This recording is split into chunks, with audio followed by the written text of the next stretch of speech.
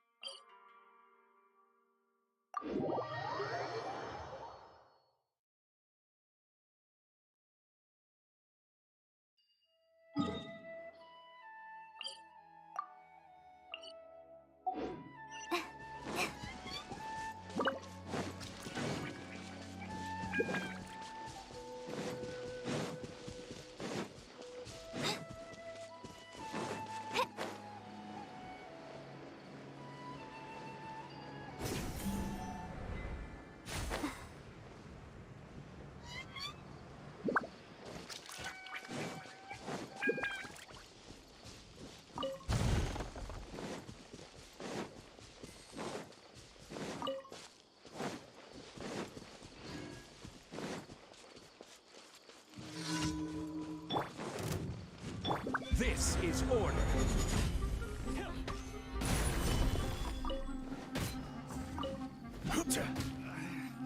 Should replace my... Let me weave you a verse. Rain outlines your fate. Just like we rehearsed, right?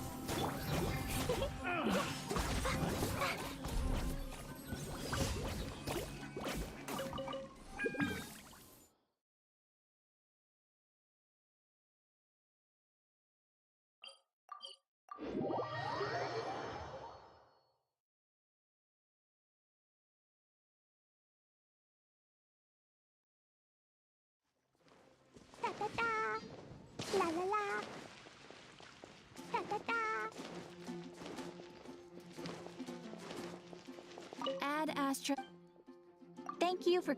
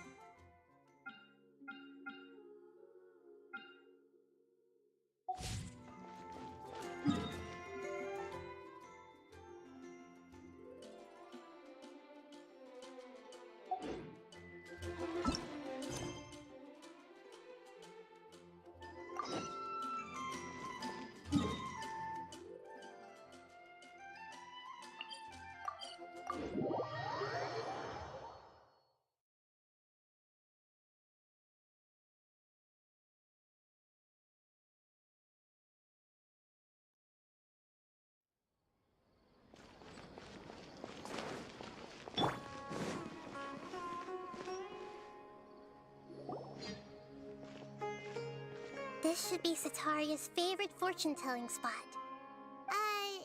So should we ask the fortune teller about Sataria? No, I already have enough information on Sataria. The most important thing now is for you to pay attention to the vendor's talking style and key characteristics. Talking style and key characteristics? My poor lost lambs. Have you become troubled over your fates?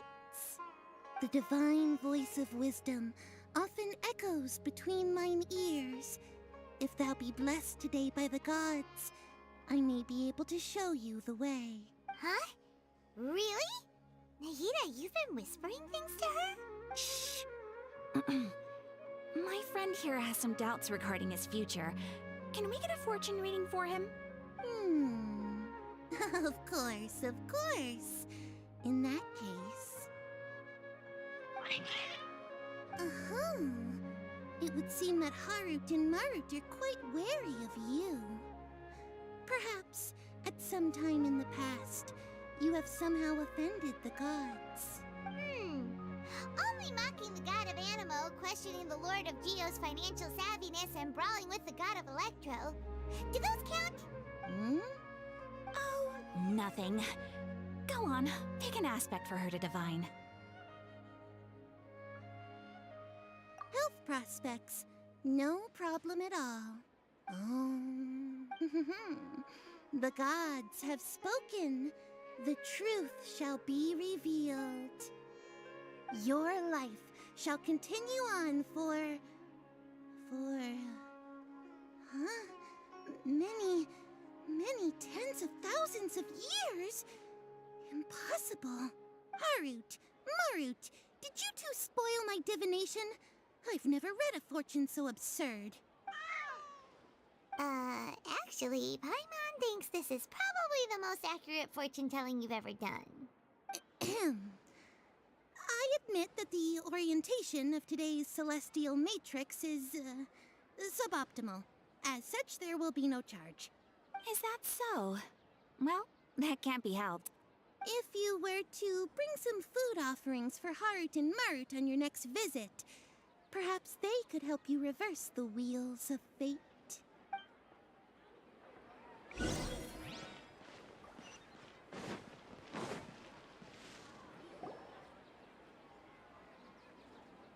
Is this another one of Sataria's favorite stalls? Yep. It belongs to a king. His father helped Sataria a lot when she first moved to Samari City, so she still comes by whenever she has time. When I start talking with him, listen carefully to the details of our conversation. Ah, dear customers, would you like to look at some pottery? We caught wind of your great craftsmanship, so we specifically came to take a look.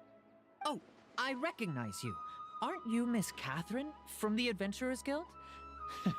Sounds like I'm in for some big business. Speaking of, where did you learn this trade? I suppose you could say it all started with my dad. He's a mason by trade, but I picked up an interest in clay while apprenticing for him. After that, I began making pottery by myself in secret, and I simply changed trades when my works turned out well. Although it's a pity that I'm no longer making much use of the knowledge provided to me by the Akasha. That's nice!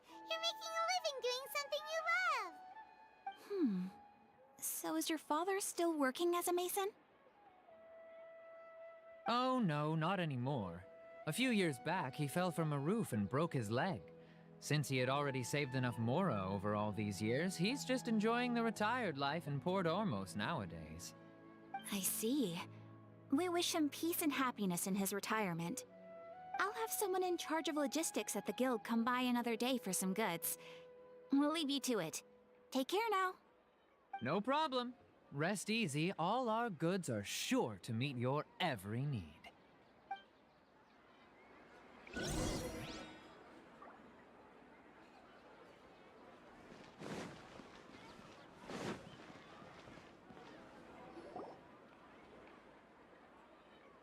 This should be our final stop.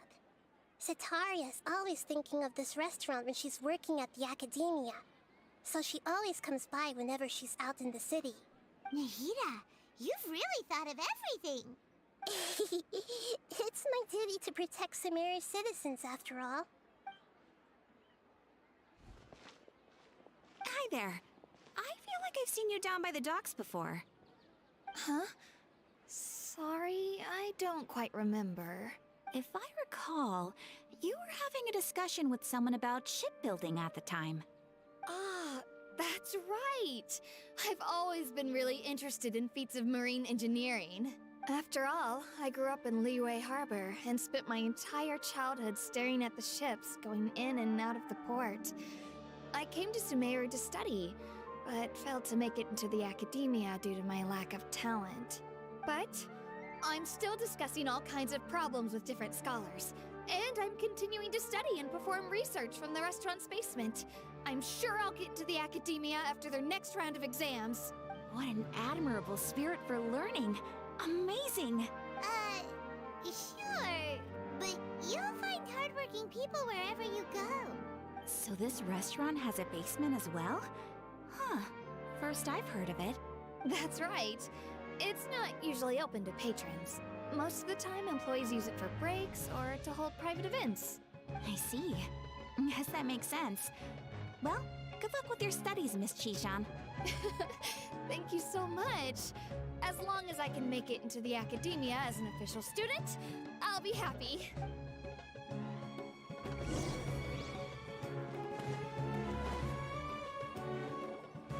So, was that everybody? Mm-hmm. 3 familiar faces should be enough for Sataria. What's the point of all the information we've collected? Nahida, you still haven't told us how you're planning to make Sataria face her problems. Sataria is already used to avoiding her problems, so we must find a way to break through her usual sensibilities. I remember you mentioned that the Eremites in Port Ormos are all making a fuss about the upcoming resurrection of King Deshret. Although it's all just a boatload of nonsense, the fate of her homeland may turn out to be Sataria's soft spot. Oh, Paimon gets it now! You want to take advantage of the guilt Sataria feels about her homeland. Although she knows she should return home to help the people of the desert, all she's done is conspire with the sages. So, how do we set that up? Well, King Deshret is long gone, and Sataria is also too smart to fall for any simple tricks. If we simply engaged her under the guise of King Deshret's believers, she would definitely be wary of us, and we may not get anywhere. But if we were to borrow some of her close acquaintances to talk with her, her reaction would probably be very different. So, you mean you're going to possess those people we just talked to? Yep. Possess them through the Akasha. Imply they've already converted to the faith of King Deshret, and then convey our made-up will of King Deshret. As long as everything goes smoothly, we'll get through to Sataria for sure. She'll never guess that we had anything to do with it. Ah, so that's how you're going to use all the info we collected on these people. It's so that you won't slip up and break form. Possessing them will only work if you can manage to pass off as them. Exactly. So, best of luck with impersonating them. Huh? Best of luck? But we don't know how to possess anyone. That's no problem at all. I'll just share all their senses with you once I've possessed them. As long as you're also wearing an Akasha terminal, the effect will basically be as if you've possessed them yourself. Huh. That is pretty convenient. But why does he have to do this? Can't you do it yourself? Although I've been observing humans for a while, I've never been good at imitating them. You're not wrong. It's always been painfully obvious whenever you try to pass as Catherine. If it was at all possible, I would have preferred to leave these people alone. But seeing how things are now, I probably should just accept it and push on. Yeah, don't beat yourself up over it. We're only doing this to help everyone, and we'll only be borrowing them for a little while anyway. Alright, then let's give it a go tomorrow afternoon.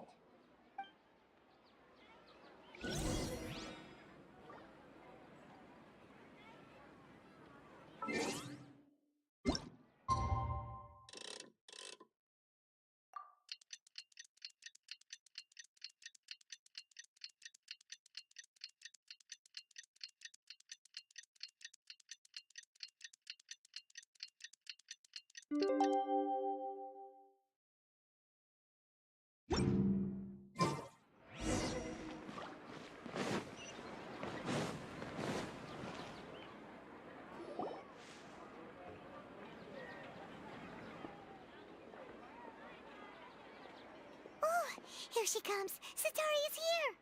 Let's quietly follow her. Once she starts talking to her acquaintances, we'll find a safe spot to begin possessing them. As for how we'll sway her to our side, I'll leave that to you. I trust you'll know what to say. Paimon's starting to feel kinda nervous. Okay, let's go. Looks like they've already started talking. Let's find out.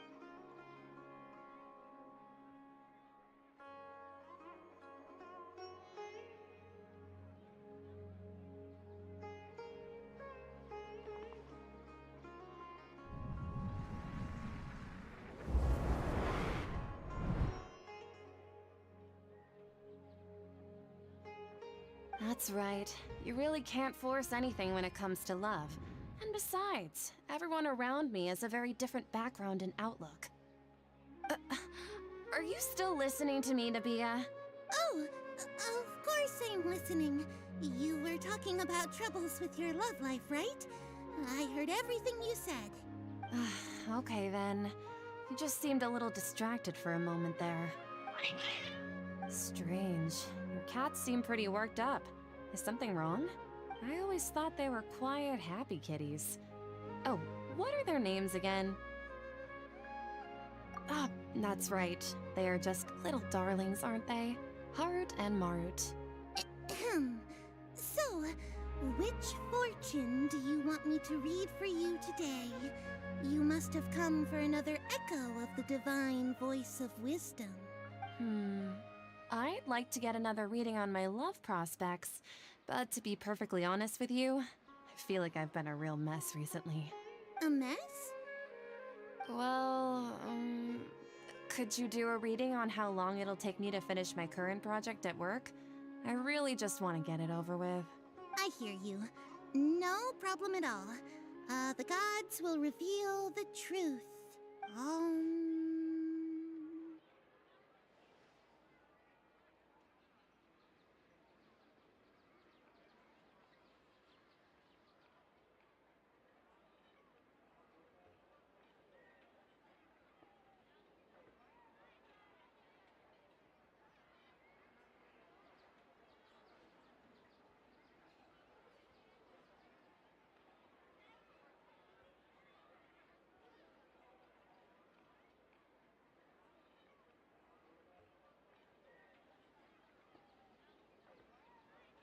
The gods are asking, Setaria, why haven't you gone home?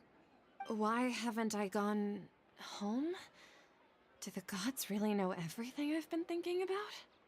Setaria, why don't you just go home? It's a demand now instead of a question. The gods seem to be truly upset. I'm sorry. I know I failed the gods. Please pass on my most sincere apologies and ask for their divine forgiveness. And if I may ask, Nabia, is there a specific god who's speaking to you right now?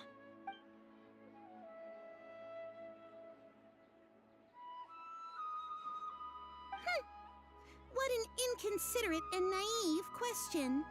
The god who is speaking to me is, of course, the wisest and mightiest of all, King Deshret. King Deshret? No wonder he would make such a demand of me. Wait a second. King Deshret passed away a long time ago. Even though news of King Deshret's resurrection has been spreading like wildfire, it's all just a misinformation campaign from the academia. How can King Deshret still exist in real life? What insolence! I am King Deshret's most loyal believer. Do you wish to refute his voice of wisdom? Oh, no. As a child of the desert, I am only reveling in his power upon learning that his divine glory has touched even this city. I will think very carefully about his demand of me. I'm sorry, I must go now. Wait!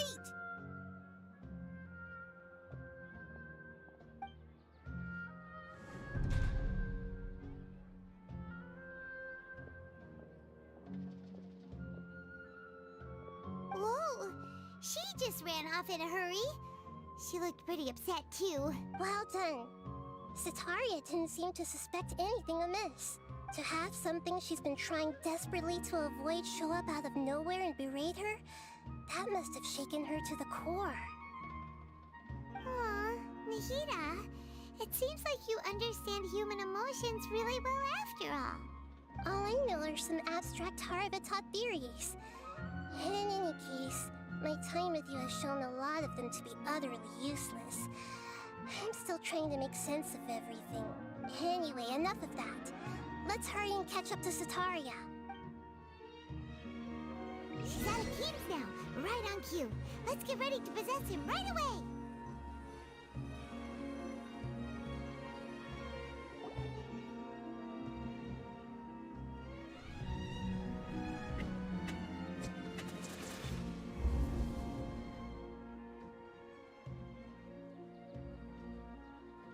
It's okay. I just got caught up in something. Oh, actually, didn't you ask me to help you look for work? What kind of work were you looking for again? Oh, right. Your old man's craft. How could I forget? Speaking of, how's he doing? Is he feeling any better?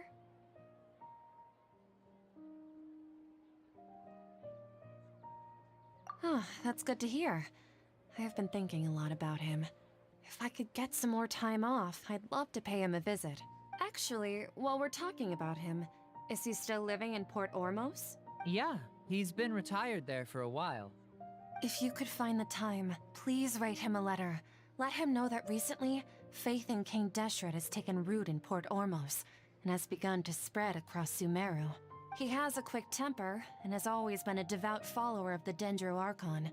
I don't want him to get into a fight with those King Deshret believers because of a difference in beliefs. Oh? So, who are you siding with in all of this? The Academia or King Deshret? I'm so jealous of you. You were born a child of the desert, yet you chose to betray King Deshret, and now you spend all your time with those crooks from the Academia. Akeem, you don't mean... You've also become a believer of King Deshret? What's so strange about becoming a believer of the wise King Deshret? In fact, aren't you the strange one? The one who still can't pick a side? Can't pick a side? Me? Whoa! Paimon had no idea you'd be so good at this! You really zeroed in on the issue and put it right in front of her. In might feel a bit overwhelming for Sataria. But once everything is over, I'll be sure to pay her a visit to her mind and explain everything.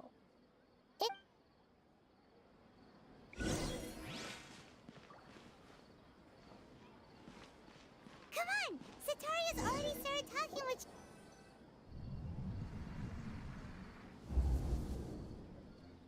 So, Shishan, have you noticed anything weird in the city lately?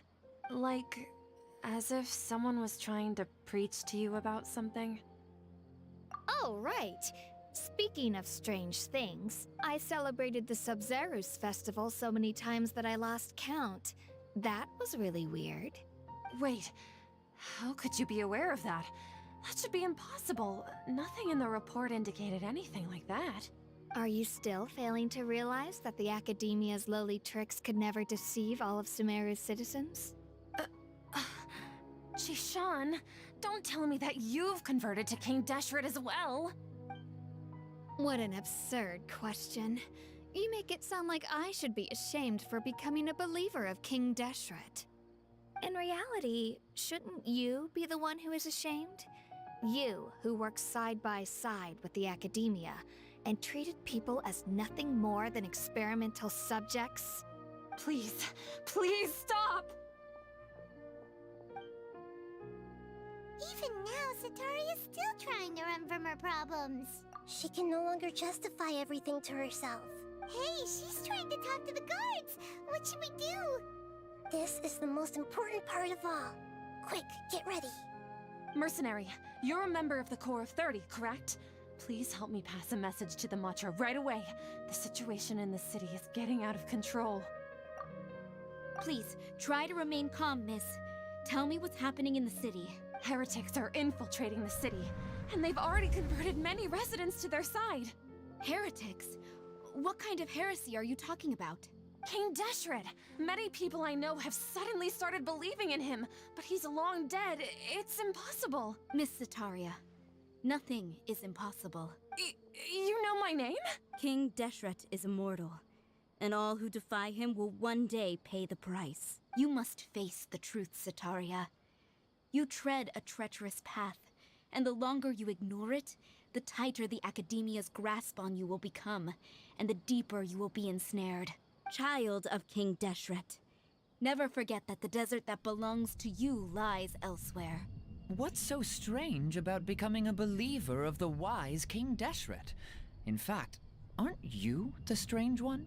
The one who still can't pick a side? What an absurd question. You make it sound like I should be ashamed for becoming a believer of King Deshret. Sataria, why haven't you gone home?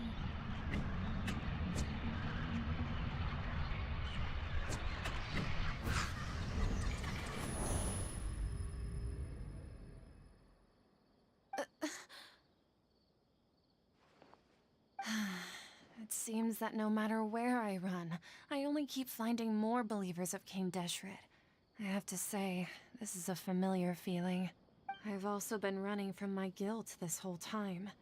Guilt over my part in the Sage's plans, and from ignoring the letters from the children of my homeland. But no matter how much I may try to ignore or get rid of it, my guilt always comes back. You won't necessarily lose your research opportunities by facing the truth. Besides, did you really want to conduct your research while carrying such heavy feelings of guilt? How do you know me so well? Are you truly just a believer of King Deshret? Or are you the god himself? That's not important. The important thing is to pass judgment on the Academia and its sages, and to correct their mistakes. If you could provide some assistance in this matter, perhaps it could serve as a form of atonement. I've actually never believed in the gods, but I've always believed in serendipity. Your appearance must be a fated opportunity for me to get out of this wretched situation. Please tell me, what can I do for you? How much do you know about the sage's current activities? I was just one of the designers for the masked dream harvest scheme, which is what happened around the Sub-Zerus festival. But I know very little about the full scope of the overall project. I'd assume that only staff with the highest clearance would have access to those confidential documents. I've just been working to meet the Grand Sage's specified requirements. However, there's something that's been really bothering me. I heard that a scholar who was previously expelled has returned to the city, and even the sages are still quite wary of him. To fight against the academia, we will need to figure out the nature and the purpose of their work. Is there a way for us to get access to the confidential documents you mentioned? It should be possible if we're willing to take some risks. After all, I'm an assistant to the Grand Sage, and I've been working on many tasks outside of the project. One thing, though, I won't be able to transfer the documents to you through the Akasha once I get my hands on them. The sages have always closely monitored all activities within the Akasha. Let me see... let's use the most primitive method. Send someone to pick up the documents tomorrow evening at the Academia entrance. The Academia entrance. Wouldn't that be too conspicuous? Don't worry about that. I assure you, this won't be a trap. I'm only suggesting this location because it'll draw more scrutiny for me to leave the Academia again. It'll be safest for me to distract the guards long enough to hand you the documents. All right, I trust you. So, if I were to successfully complete this task, would it mean I've atoned for my wrongdoings? That'll depend on the judgment of the Dendro Archon. The Dendro Archon. That's right. Her people are the ones we have endangered.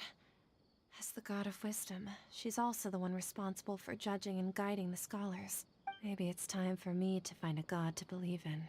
Just as Nahida predicted, we've managed to bring Sataria to our side! The Traveler's execution was ingenious. He's the one who deserves all the praise. Well, now that we've made plans to meet again tomorrow evening, all we can do is pray for Sataria's mission to go off without a hitch. Pray? But if we're going to pray to the gods, aren't we just praying to you? God of Wisdom and Guardian of the Scholars? No. The truth is the true Guardian of Scholars. I've always believed that. Anyway, let's meet again tomorrow evening.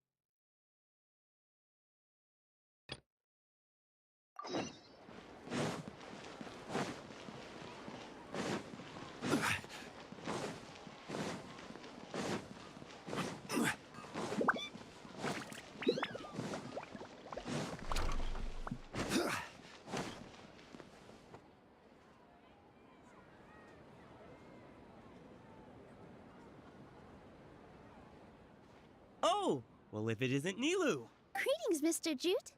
Do you still have any food that's ready to go? Of course I do.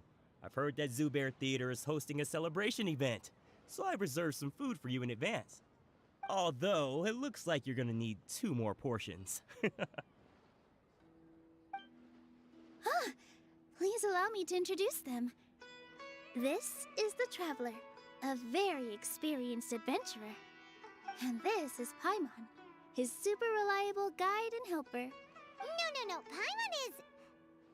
hold on. She got it completely right. Look, Traveler! She introduced Paimon correctly! Don't underestimate Nilu.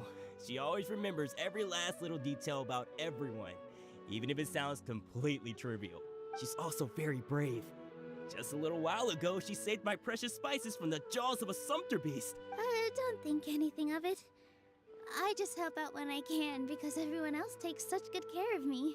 Anyway, sorry to get off topic. We're in a bit of a hurry. Mr. Jute, did you say you didn't reserve enough food? I was joking. Anyone who runs a business knows to keep some extra stock. After all, Orders get changed all the time. Oh, that reminds me. It seems that these friends of yours aren't from here. Have they ever tried any delicious tachin? Ooh, what a fantastic idea! Mr. Jute, did you bake a batch recently? Tachin is a mixture of rice and meat that's baked into a cake-like shape. Mr. Jute adds special spices into his. Its aroma is just so wonderfully delicious. If you ever see kids crowding all around Mr. Jute's place, you know he's baking up a storm. But is it really just for the kids? Don't you often follow them in too? I just can't help myself. We're 2 peas in a pod. Who doesn't enjoy some good food? Wait here. I'll bring some over.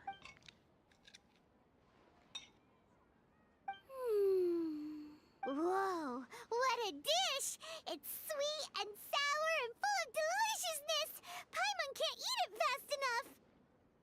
No matter how many times I eat it, it's still so delicious. I wouldn't have offered it as a treat if I wasn't confident in the taste. I baked a lot just now, and it's all packaged and ready for you to take back to the theater. You made so much. Is it really okay to take them all? It was nothing. Making 1 serving or 100 servings is all the same to me. If anything, I should be thanking you for helping me clear my inventory. Don't worry about it. What kind of person would I be if I made you pay for a treat? Make sure you got everything. Feel free to come back anytime. I'm starting to understand how you got so many things.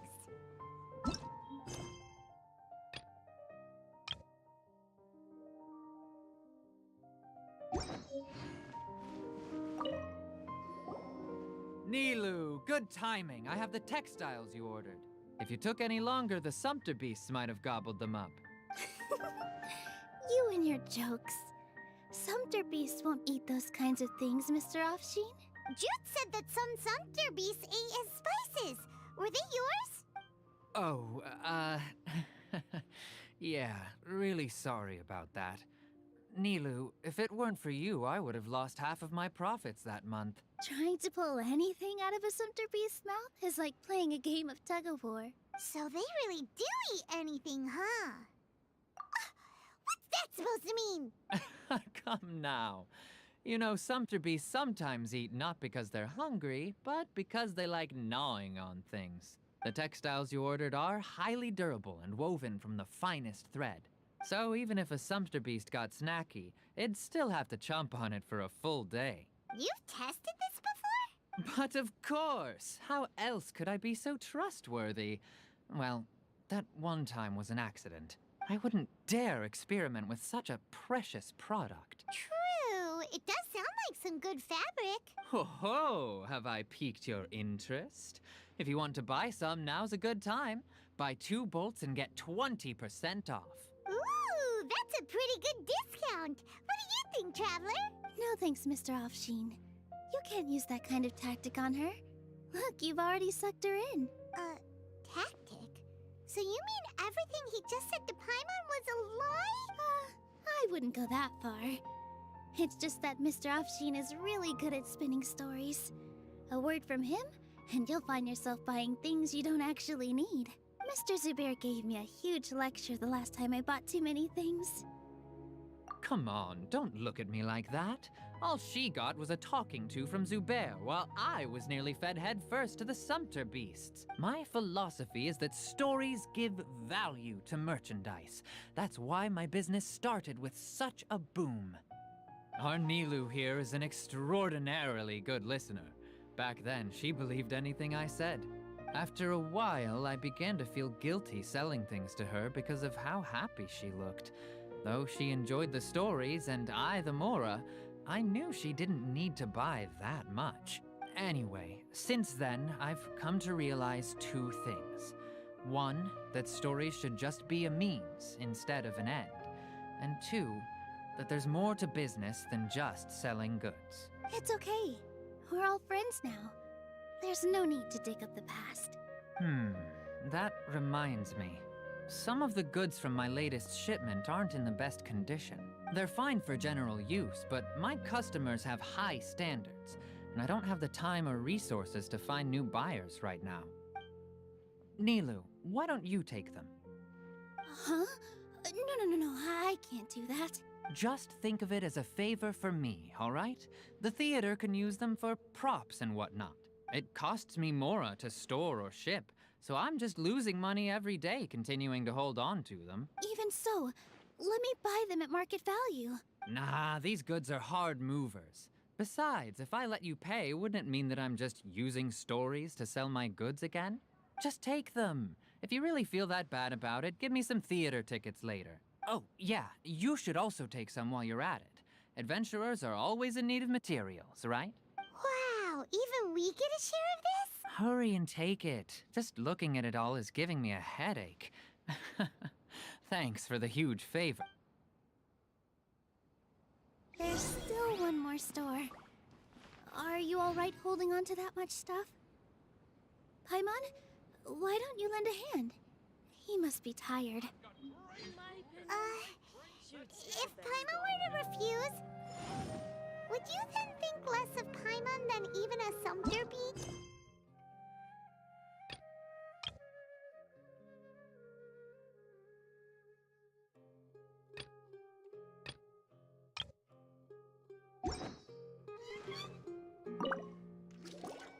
About time, Nilu. Farhad here was snooping around your props. Please, I was only looking at them to get a better idea of what your new show may be about. Wouldn't spoiling yourself just ruin all the fun? Yeah, please wait for our official performance. These two look familiar. I think I've seen them before. Ah, weren't they at the Sub-Zerus festival? Yeah, and they're coming to today's celebration too. Oh, the more folks the merrier. I was actually just talking to Farhad about also stopping by tonight. Oh yes, please do. I'm sure Miss Raykar and Miss Nadja would also love to have a chat with the two of you. We even prepared a small gift. Let me show it to you. Ta-da! It's a flower wreath. I really think we should wear some of these to give the event a more celebratory feel. Wow, it's beautiful. Did you make it? Farhad did most of the work. What a surprise, huh? He actually knows a lot about crafts. That is pretty surprising. Hey, why can't I have a little side hobby? I worked really hard on that. I know. I watched you make it. I wasn't making fun of you. All right. Why don't you also try some on? We've got some wreaths in your size.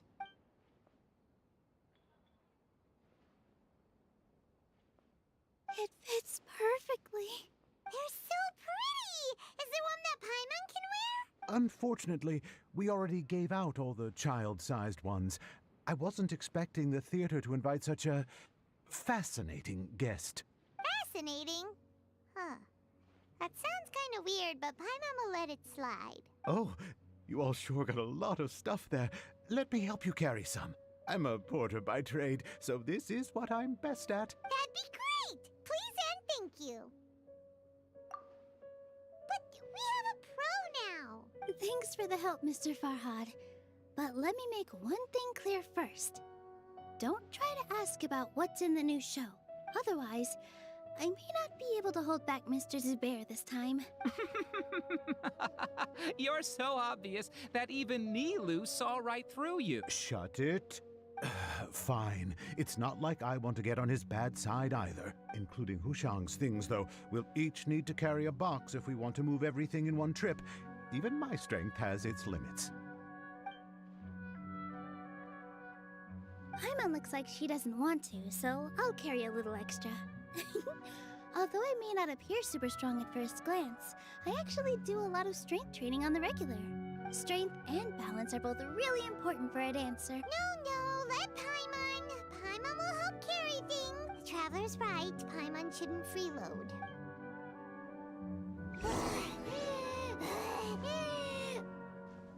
Paimon, get...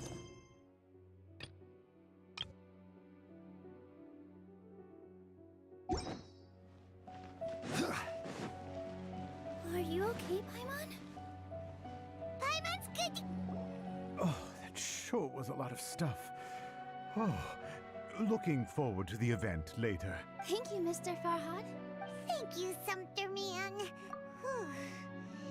Paimon's definitely going to eat it all back later. All right, I'll leave you all to it.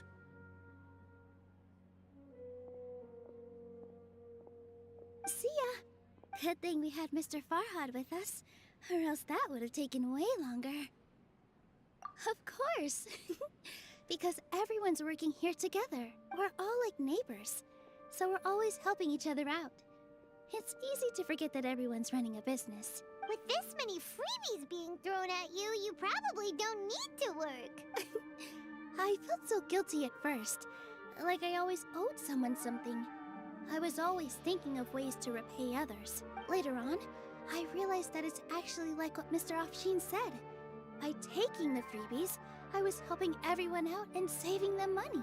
When you order the wrong item, or make too much of something, sometimes the best way to maximize the value of those goods is to give them away.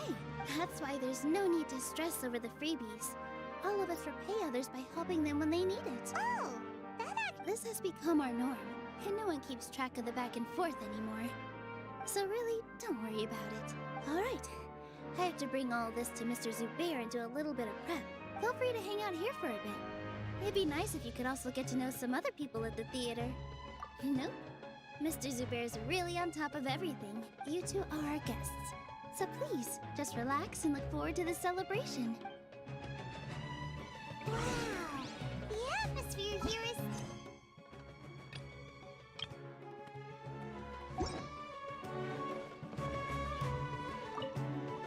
Hey there.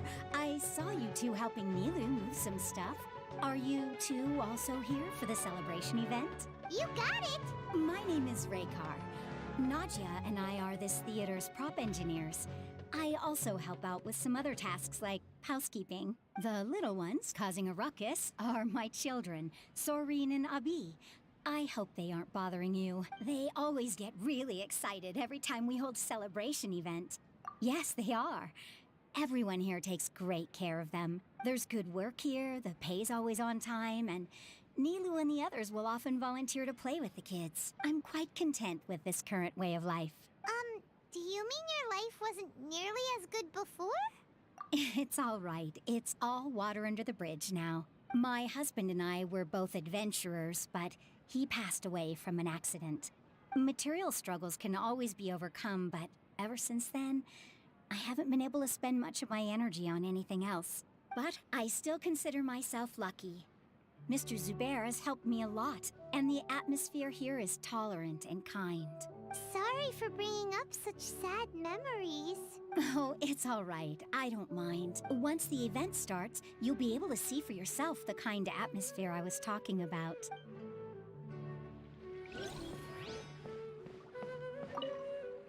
Hey there! Ah, a newcomer.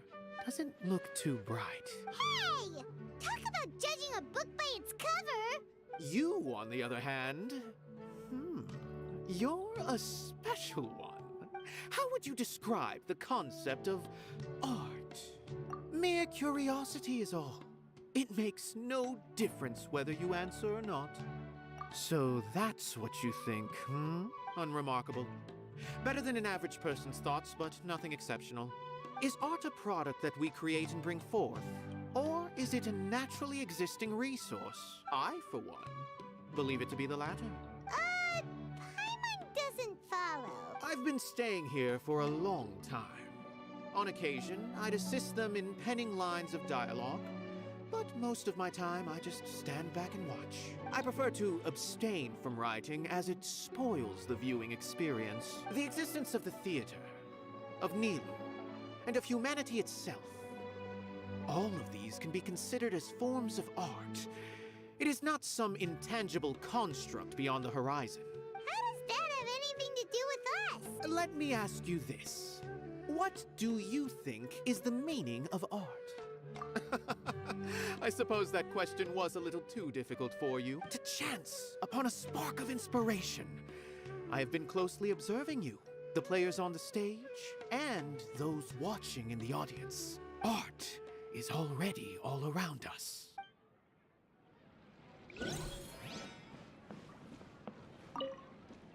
Hello. What? Who are you? You can't just go on the stage as you please. Ah, I see. Sorry for my overreaction. I'm just, making a prop. No time for chit-chat. Is that embroidery? No. Well, yes, but not really. It's a prop. It's just, some fabric. An ordinary piece of fabric that'll be used in a show. Sorry. I really do need to focus and start working on it. What an oddball. Is prop making something to be that? Oh well, it's none of our bit. Look! Milu's back! Let's meet up with her!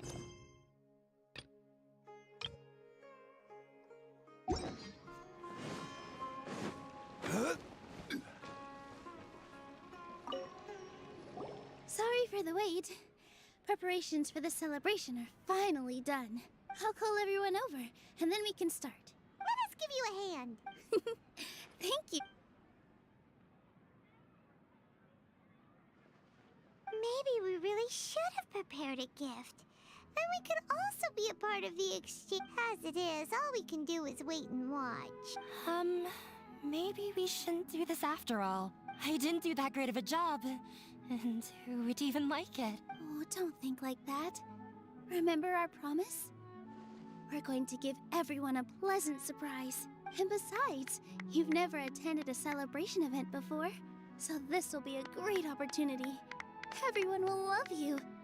I'm still not really sure about this. There's nothing to be worried about. Just take a step forward and give yourself a chance. There aren't any scary people here, right? Right. Huh. All right. Maybe this will help. Everyone, over here! Inaya has something great to tell you all. Wait! I've already said that I'm not ready yet. What should I say? Take it easy and relax. Deep breath in and out. Once you've taken a long exhale, calmly tell everyone what you want to say. If you don't say anything, then all the hard work we put into embroidery practice would have gone to waste. Using it as a gift, though? It really isn't that good. So when Inaya was talking about making a prop, she was actually preparing a present. Yeah, it feels like she still doesn't really see herself as part of this community. But it looks like Nilu's trying to ease her through. Actually, Inaya had prepared a special present for everyone before the celebration kicked off. Woohoo! We're gonna get our first present from Miss Inaya! Pipe down! The louder you all are, the more nervous she'll become. You've worked on it for so long, so have some confidence. Don't be afraid. You've got this. Is Mr. Zubair here? Sheikh Zubair, this is an urgent notice from the Academia. This celebration, or whatever it is, must stop at once. What a condescending guy. What's his deal? Since Zubair Theater has long violated the Academia's policies and orders, we have decided to demolish it. As its manager, you must halt all operations and dismiss all staff members within 30 days, after which you will report to the Academia for further punishment. Why? Why force us to do this all of a sudden? Little girl, this is not the first time you've... I didn't hear anything about demolition the last time I asked. And now I suddenly... Oh, we have more shows planned, but it's impossible to do anything in just the... That issue is of no concern to... You seem to understand the situation quite clearly. Perhaps you can reflect on the reason... Demolition? Why do they... The Academia has never liked us, and they've never respected our work. To them, well, this isn't the first time they've come by. They had asked us several times in the past to improve the quality of our performances by only putting on shows they consider to be sufficiently intellectual. But our audience isn't the Academia. It's the people of the Grand Bazaar. If our shows are too difficult to understand, or too removed from ever changing our content would not only mean turning our backs on our vision, it would also directly lead... Yeah, the theater is very... The way they're doing... But I also don't know how we can stop them. I do not wish to explain everything again from the beginning. But none of us plan to accept this. Ask whoever you will. The answer will remain the same. Enough! Does your audacity know no limits, Father? Huh? Father? Their family? What academia? This is all because you don't like Zubair Theater. You're just using the Academia's name to threaten us. Let me tell you, even if you manage to tear down this place, nothing is going to change. You've always been awful. But even I never thought my father would sink this low. This is strictly business. It has nothing to do with where you are, what you do, or what you think. I hope you all have not been irrevocably blinded by folly. I will not waste more time on pointless arguments. Wrap everything up, and make preparations to shut down at once. Why is he always like that? This is quite the misfortune, but there's no... That's it for today, everyone. I'll go talk to them again tomorrow.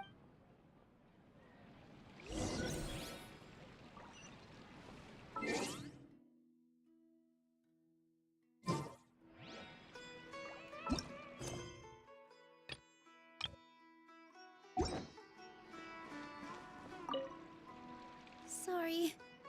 I invited you thinking this was going to be a happy occasion. I didn't know that things would turn out like this. There's no need to apologize, Nilu. No one could have seen this coming. Paimon just wishes she could have at least gotten to the food. Is what that guy said true? The Academia has already given you many warnings? Yeah, I guess you could say that. They've always seen us as being mean. Knowledge is king in Sumeru, and their pursuit of it leaves no room for the arts. But if that's all it is, there's also no reason to go so far as to demolish the theater. After Inaya ran away from home, I brought her here to Zubair Theater. She rarely talks about her family. All I know is that she didn't get along with them. I never expected it to blow up like... If you did nothing wrong, then there's no reason to listen to the Academia, right? Who cares? Let's just take him in a fight. That's... I'll try to think of something. We can't just let everyone... What to do? Can you pretend to shut down, but secretly? Or we could go through a list of customers and try to see if anyone in there might be willing to help out. A debate? Huh. Well, scholars... Oh! If we can prove to Inaya's father that the Academia's position doesn't hold water... I see. It's a good idea. Huh? No. I can't debate. Nilu, you are only so... This theater holds a special... But I just don't know. Can I really take... Paimon will help too. Thanks, you two. All right. Even though I may fail? That's our Nilu. We're... Okay.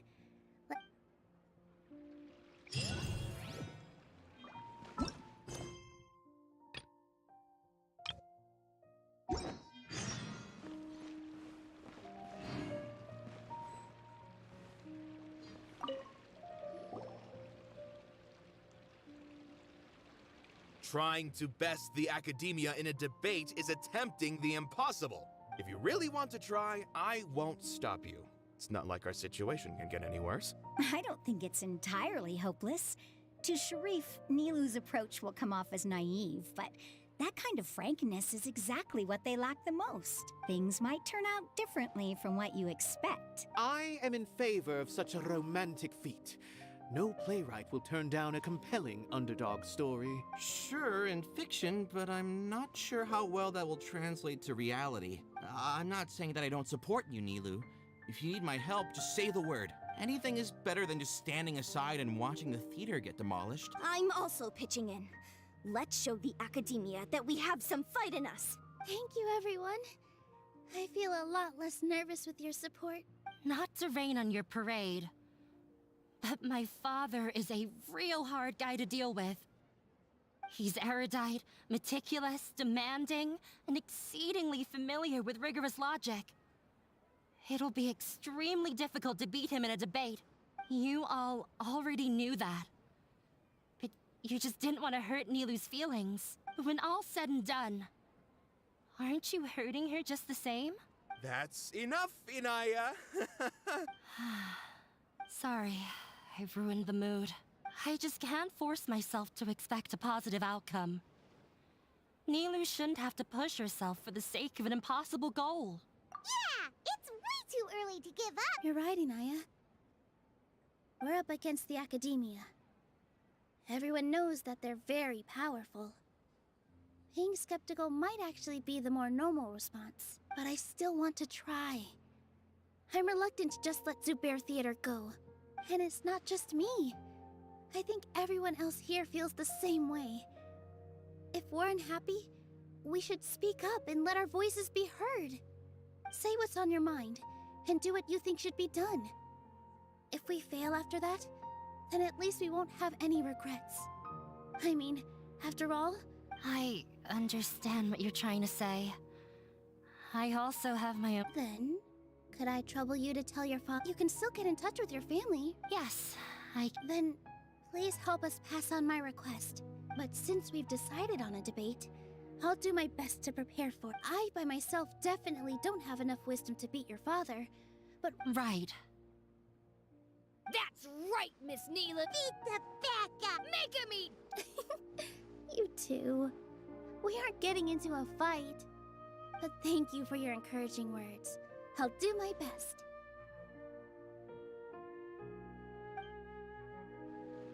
Well said back there, Nilu. I felt that I might have said a bit too much. Anyway, we better start preparing now. First, let's see... Mr. Zubair, we're trying to put together... It won't be difficult to explain our position. They're in the wrong. I have meticulously managed this theater's affairs for years, and I have abided by every... I did all of that to protect ourselves if something like this were to occur. Yes, I know. But if I can't even protect the members of... In summary, you need sufficient confidence, and as long as you double down on that point and... All right. While you prepare for the debate, once you're done chatting... Do we really have... Right now, no one's in the... Nilu, with your talent and youth, you had the least to... I've never thought about leaving your... I also want to keep dancing. You're becoming more... Do your best. Her? My teacher. She was an excellent dancer, but she's retired now. If we have time later, I'd be happy to tell you more about her. Inaya was right. It wasn't out of pity, after all. I'd be a terrible person. She knows better than I... Hylan doesn't really want to... So, you've already developed some prejudices against me. And Oh, Paimon... although I know not if you have a new answer to my previous question, what do you think? Oh, this... We probably do need to tackle this... I don't know how to explain it. Does that count as... You answered him so seriously. No. Nilu's answer far. The meaning of art comes not from its creators, but from its audience. In other words, only art that can be appreciated by others will impart its essence and value upon the minds of its audience. This is something that the Academia can never understand. I once pursued the mastery of art, much like how a researcher would chase wisdom and knowledge. However, the more of a connoisseur I became, the less I felt I understood. I began to question what it truly meant for art to be understood at all. I found that I could comprehend even the most complex and sophisticated of works, and yet somehow that provided me with little solace.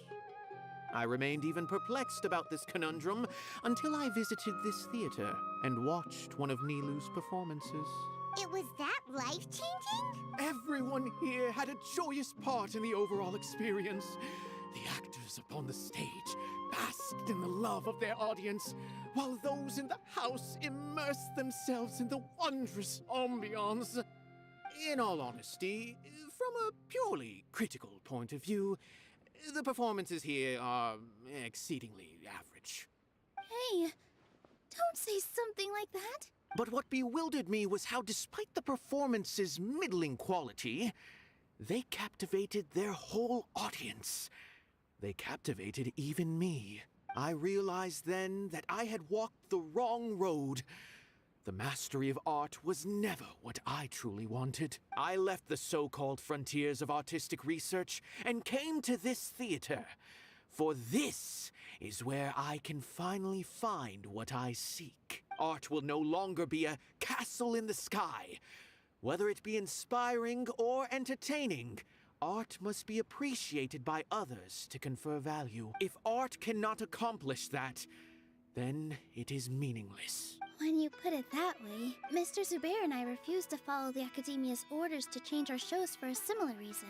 To put it simply, we were afraid that our shows would lose their meaning if people couldn't understand them. I once stood in the spotlight, but I relinquished fame and acclaim for the freedom I enjoy today. I care not for where my feet may take me next. But Nilou, you need to remember one thing. You already stand upon the finest stage there is, and that is a rare gift that should never be taken for granted. You cannot give it up, not even to the Academia. I understand. Thank you for your words of encouragement, Mr. Kasani. Dust the cobwebs away from the eyes of those scholars. He really seemed to care a lot about the theater.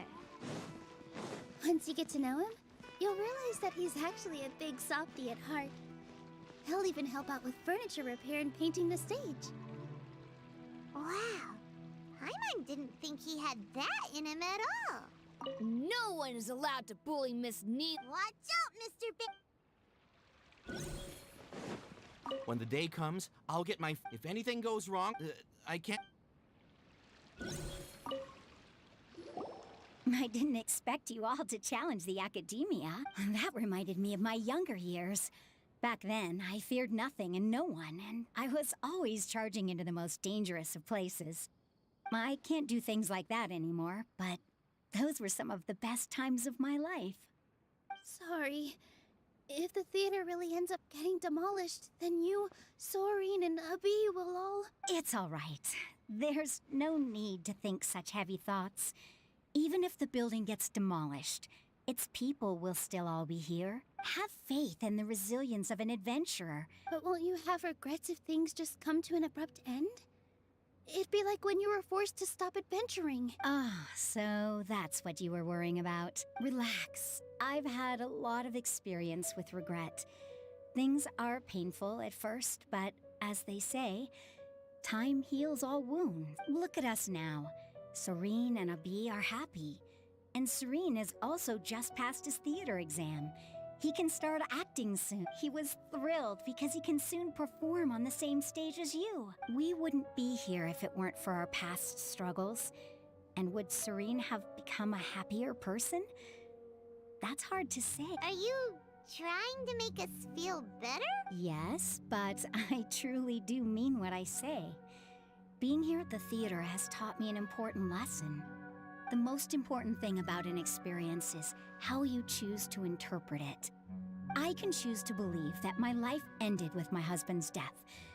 Or I can choose to believe that it was a blessing in disguise for Serene and Abi. Similarly, even if this theater disappears, a new beginning might just be around the corner. Good and bad are all human-made concepts. It all depends on how we choose to see things. You have a point. Nilou, I know how important Zubair Theater is to you.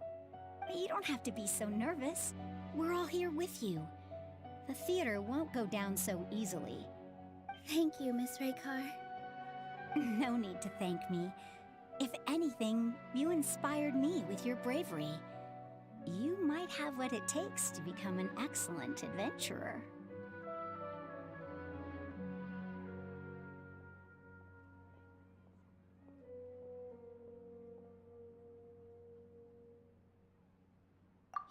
You're too... All right, I gotta... Good.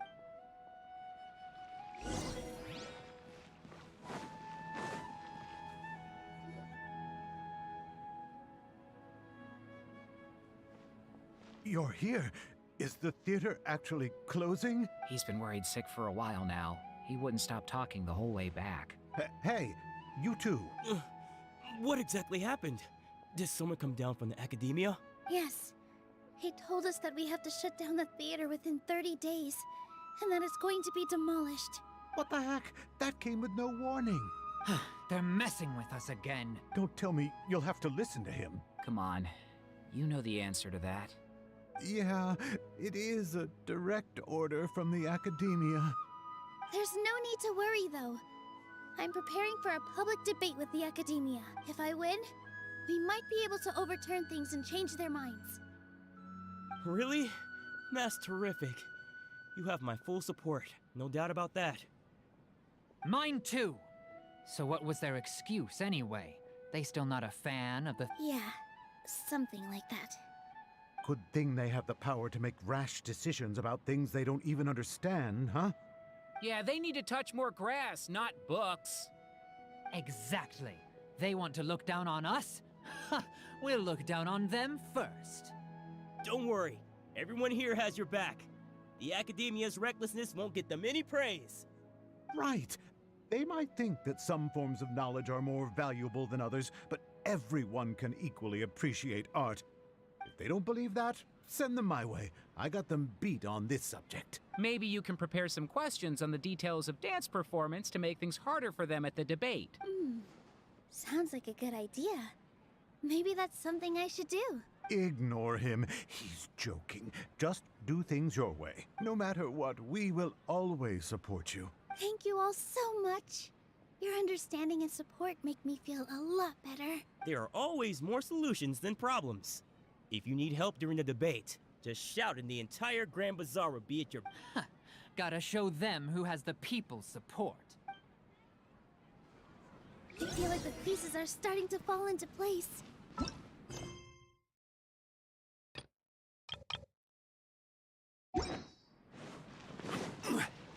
Let's head back to the theater.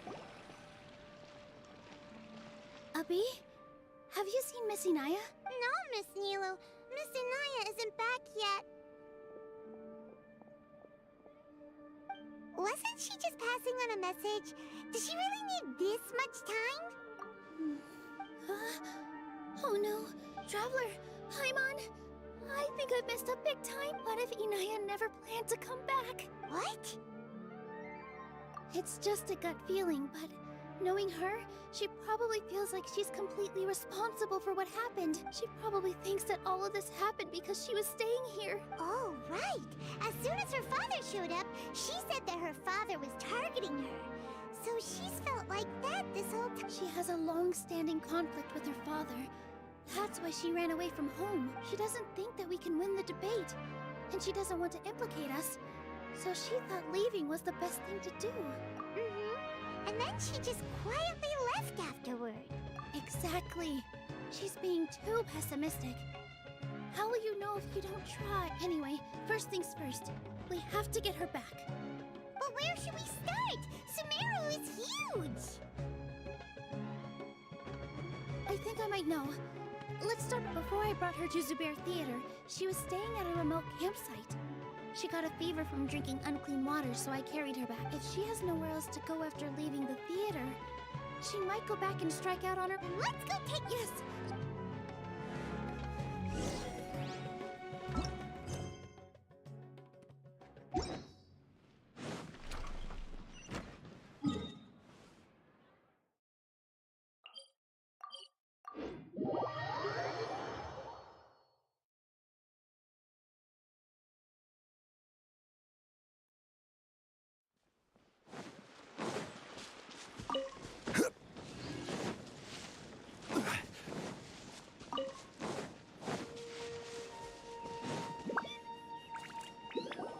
There are signs that someone had stayed here very recently. But we can't confirm if it was Inaya or not. Let's take a look around first.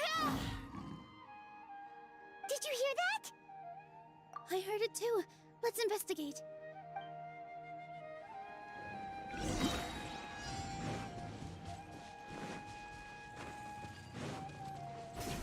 It sounds like we're getting closer. The voice is coming from over there. Yes, we're almost there.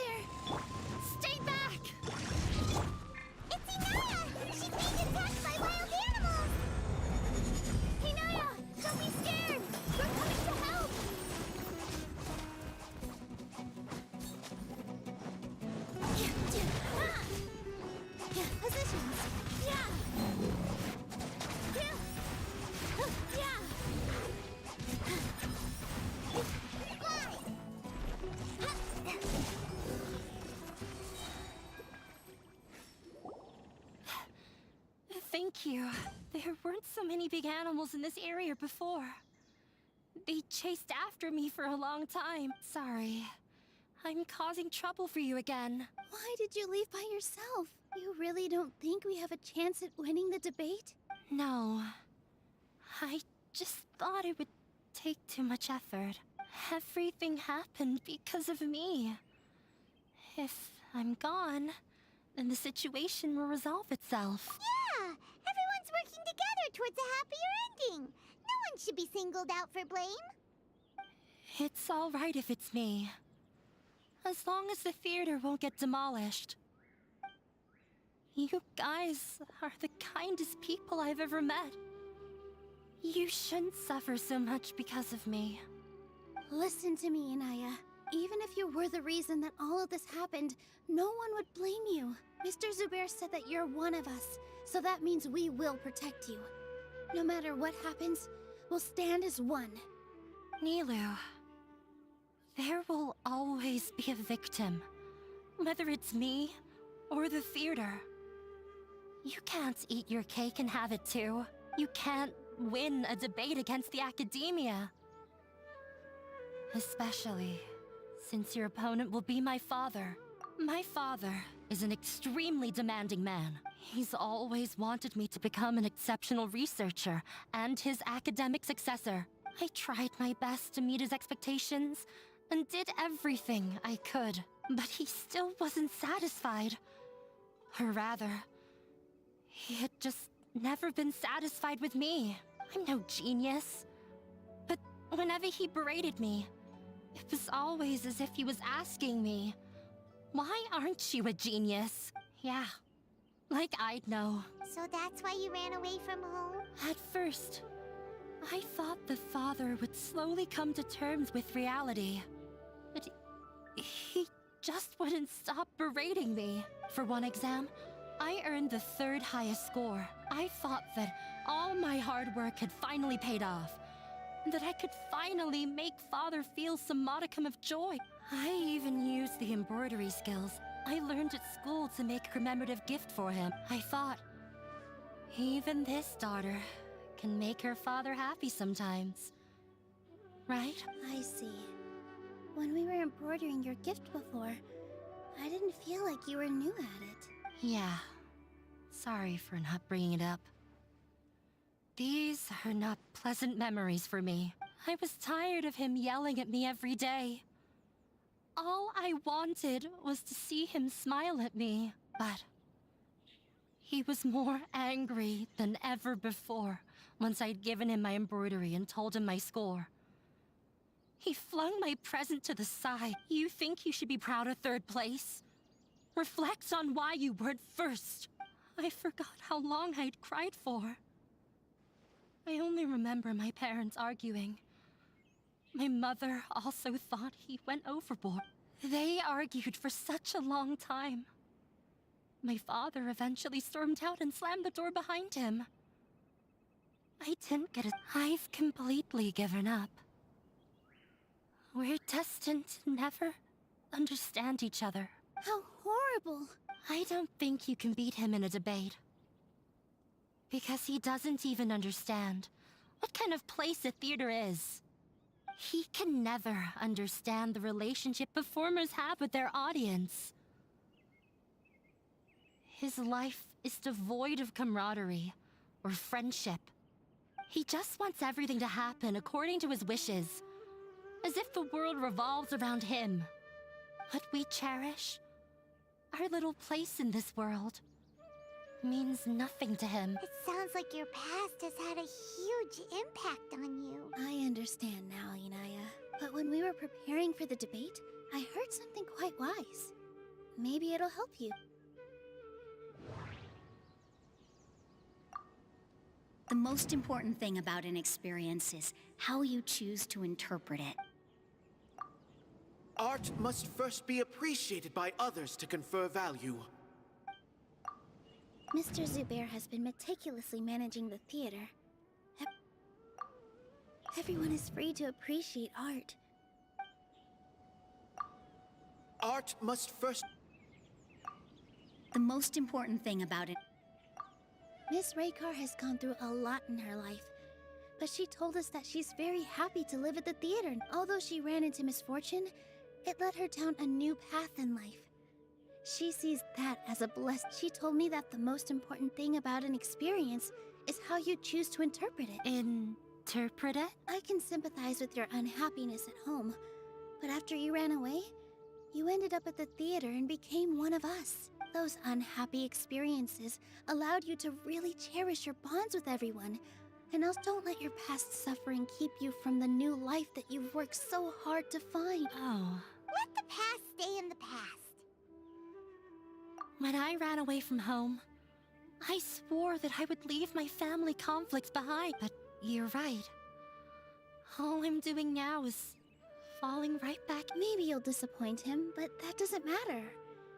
You don't let go of the answer you've worked so hard. That's right. If we put our heads together, You're right. I'm not trying to meet his expectations. I can't afford to lose anything more. The debate will not only protect Zubair Theater, but also allow me to settle things with Father. That's the spirit! Let's go. I know him very well, even if he looks down on us. All right.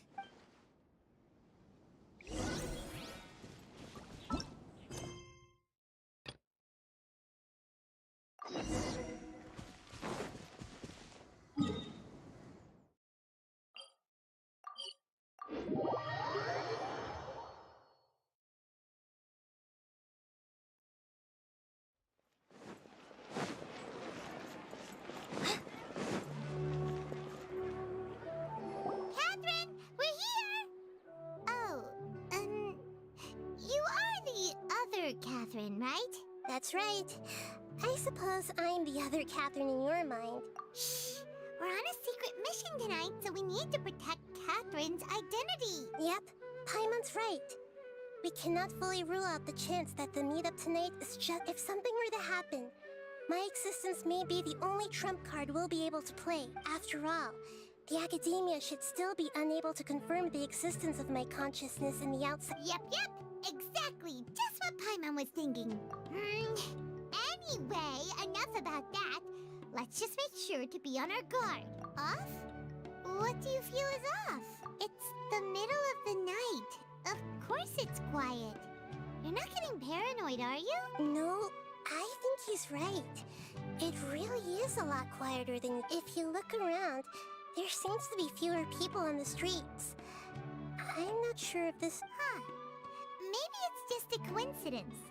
Maybe Sataria figured out a way to not only distract the guards, but also to get everyone to go to sleep early, just so we can exchange the... I also can't quite figure out why things feel a little off. Well, regardless, as long as you're here with us, Paimon feels a...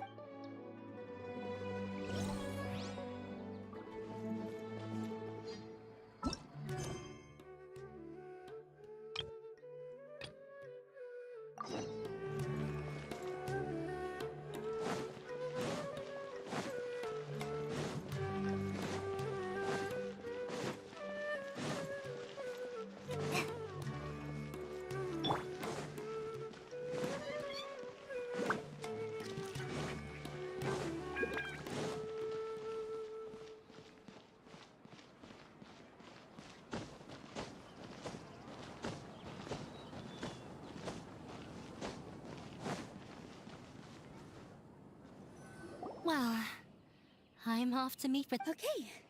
Looking forward to your good news. That should be everything. I'm not sure why, but I'm getting nervous again. You were great, Neil. Talk like that during... Thanks for that, Paimon. But I still feel like it'll be an uphill battle.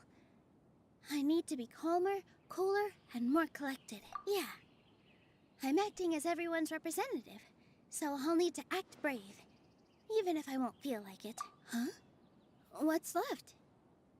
Huh? What a strange Isn't a theater just a theater? Wait. You're not asking what the theater does, but what it is. Let me think. How can I put this? Everyone is free to appreciate all... Inaya really wants to win.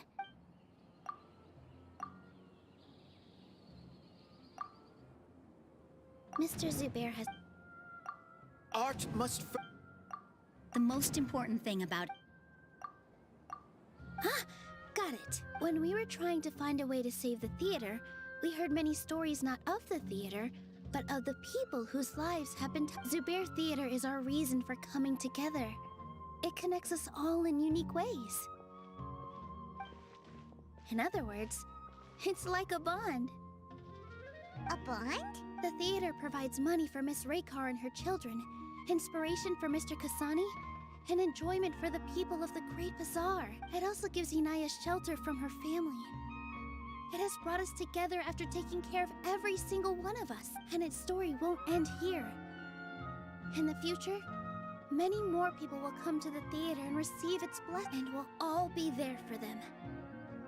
Our warm, welcoming community will show them the same kindness we were shown in the past. Aside from the delivery of performances, isn't this another reason for Zubair Theater's continued existence? Yeah, that makes sense. We definitely felt that warmth during the preparations for the event, but Hyman doesn't see how this will help in the debate. Oh, gotcha! No matter how strong an opponent is, they'll have to go on the defensive if... I feel like that's another prong in our attack. Hyman also feels... Sorry for the wait. Things went a lot more smoothly than I expected. Why are you all smiling so much? Did something good happen? We realized that your dad might not be as scary as we had thought. We just finished our prep. Rest easy. It will all turn out well. We have to win. No, we will win, Inaya. Fingers crossed.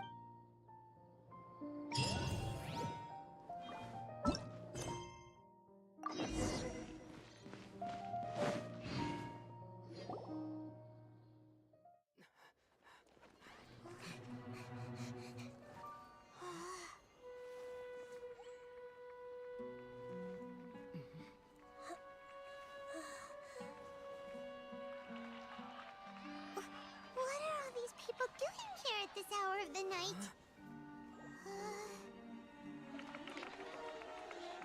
Ah, the triumphant hero returns at last. And to a rather spectacular welcome, even if I do say so myself. You're the outcast, expelled from the academia. Indeed I am.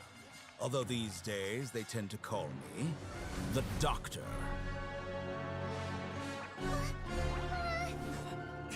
If you're looking for your researcher friend, she has already been taken into confinement. With some basic caution, she could have discovered the listening device on her person. Clearly, she lacks the degree of rigor expected of a true scholar.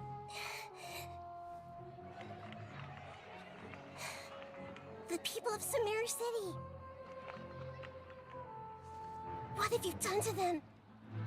I simply made some minor adjustments to their Akasha terminals.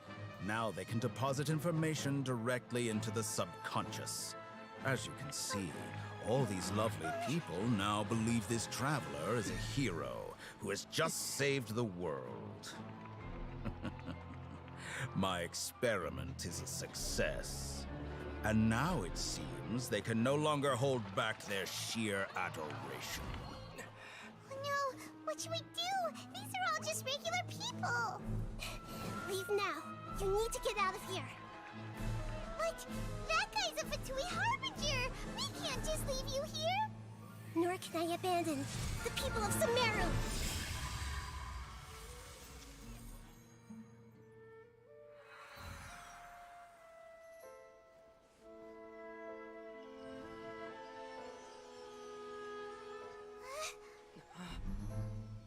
Don't worry. We'll meet again outside of the city.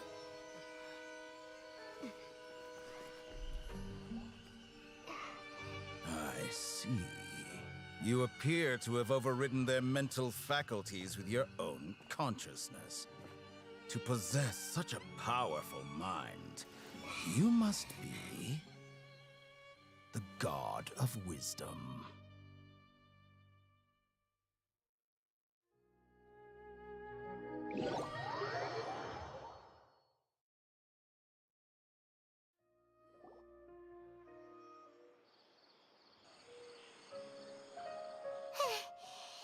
be far enough. Paimon needs to catch her breath first. Is Nahida going to be okay? We only made it out because of her. Paimon wasn't counting on running into a new Harbinger here, let alone such a high-ranking one. That guy was number 2. So scary. He called himself the Doctor.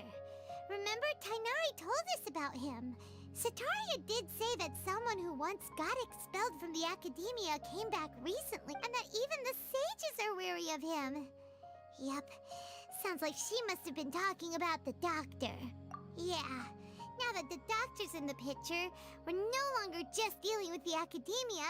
They're in cahoots with the Fatui. But what are the Fatui after this time? Another Gnosis?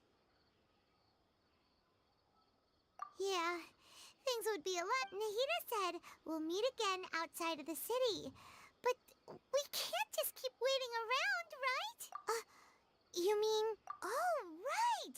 Wasn't he invited by the sages to work on some project when we were staying with him in the Avidia Forest? That has to be the same. Even though he turned it down at the time, he might still know something. There's no time to lose.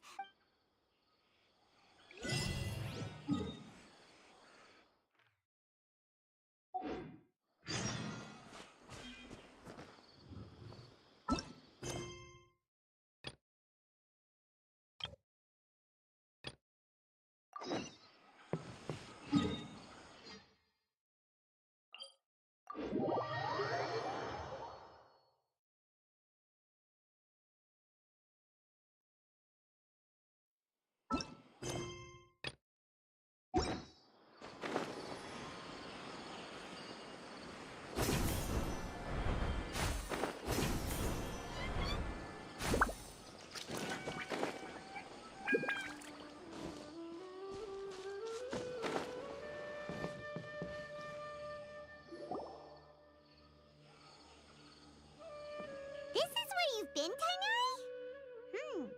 That's... Shh. Keep your voice down. Tighnari, everything's spinning. Am I going to die? Tell Mom that I should have listened to her, and tell Suna that I'm sorry for breaking her toy. I didn't tell her because I was scared that she wouldn't play with me anymore. Tighnari, I heard that people turn into birds after they die. Is that true? I feel like I'm getting lighter. What happened? Tighnari, is he? Okay, enough nonsense. You just have a small fever. Take your medication and rest.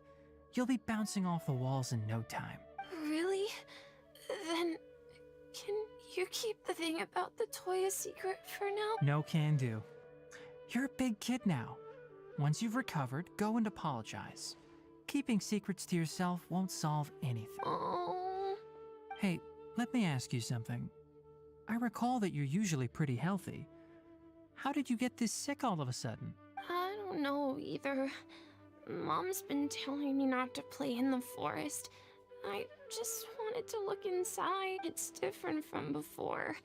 I got lost and went around in a huge circle. After I got out, I started feeling dizzy. Could it be?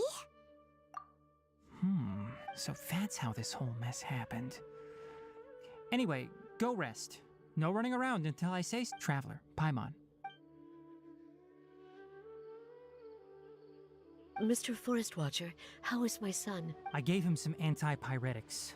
Let him rest here for a while. I told him that he would feel better after some medicine and rest, but I only said that to comfort him. His symptoms resemble a fever, but something else is causing them. They seem more akin to a disruption in his psyche. Antipyretics won't be of much use. What do we do? Mr. Forest Watcher, you have to help him. If memory serves, a plant called Vasanti grass can help soothe the mind. A small number grow in arid deserts. They usually look like shriveled weeds, but can be revitalized with... They're expensive and unable to grow in the Avidia Forest's climate, so I don't have any on hand. I'll ask the caravans. Go find Kale, have her prepare medicinal tools and a set of traveling gear for me. All right. Contaminated region, huh? Is that why you two are also here? Yep.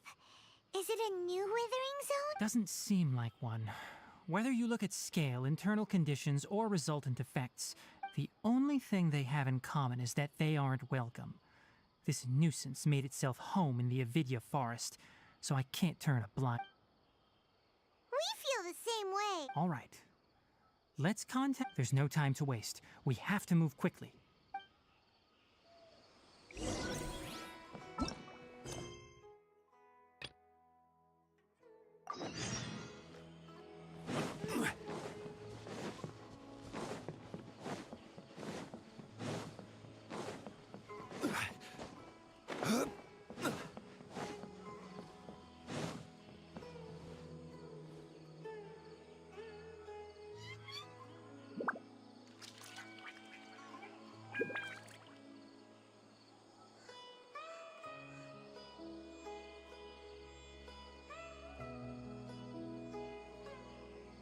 Where do you want to go next?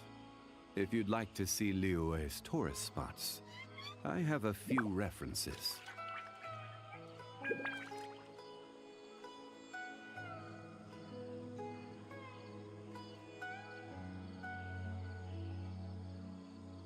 Osmanthus wine tastes the same as I remember. But where are those who share the memory?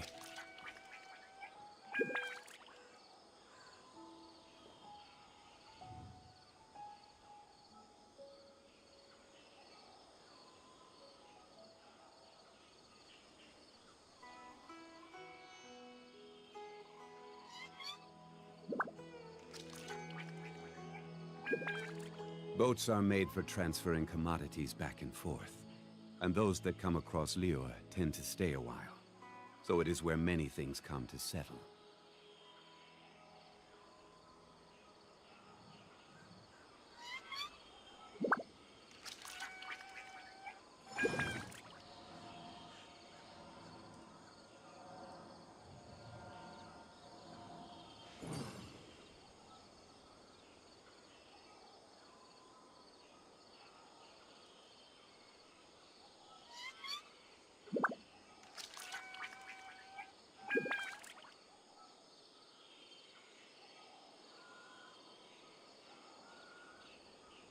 Osmanthus wine tastes the same as I remember. But where are those who share the memory?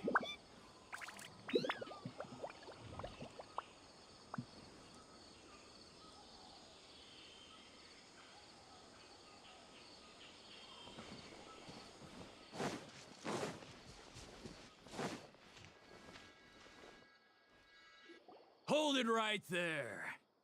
A blonde-haired traveler and a floating fairy. We've got you, all right. Take a look around. You've fallen right into our trap. Are you mercenaries from the Corps of 30? Did you come here to arrest us? Corps of 30? We're nothing like those government lapdogs who don't even get scraps for their work. We are an elite brigade that commands the highest commission rate in all of Sumeru. We're here on the orders of a client known only as the Outcast. The Outcast?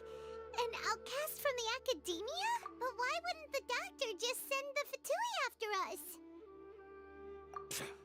Still wasting time on idle chit-chat. We'll shut you up soon enough.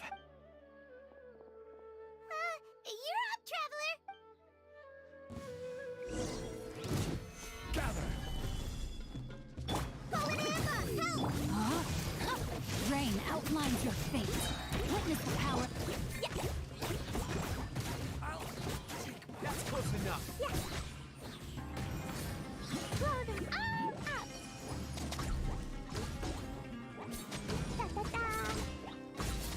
Need. It isn't over yet! Here comes reinforcements! Stabilize!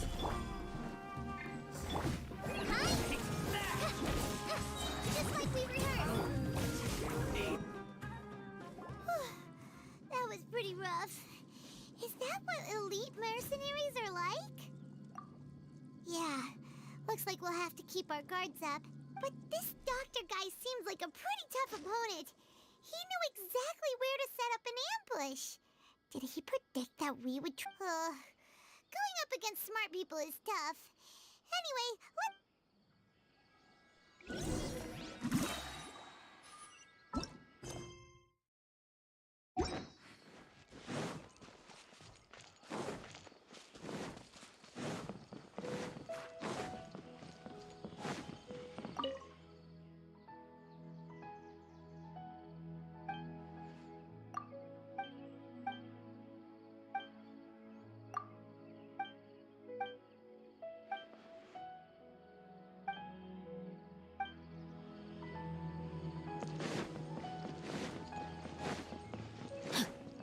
Body and mind.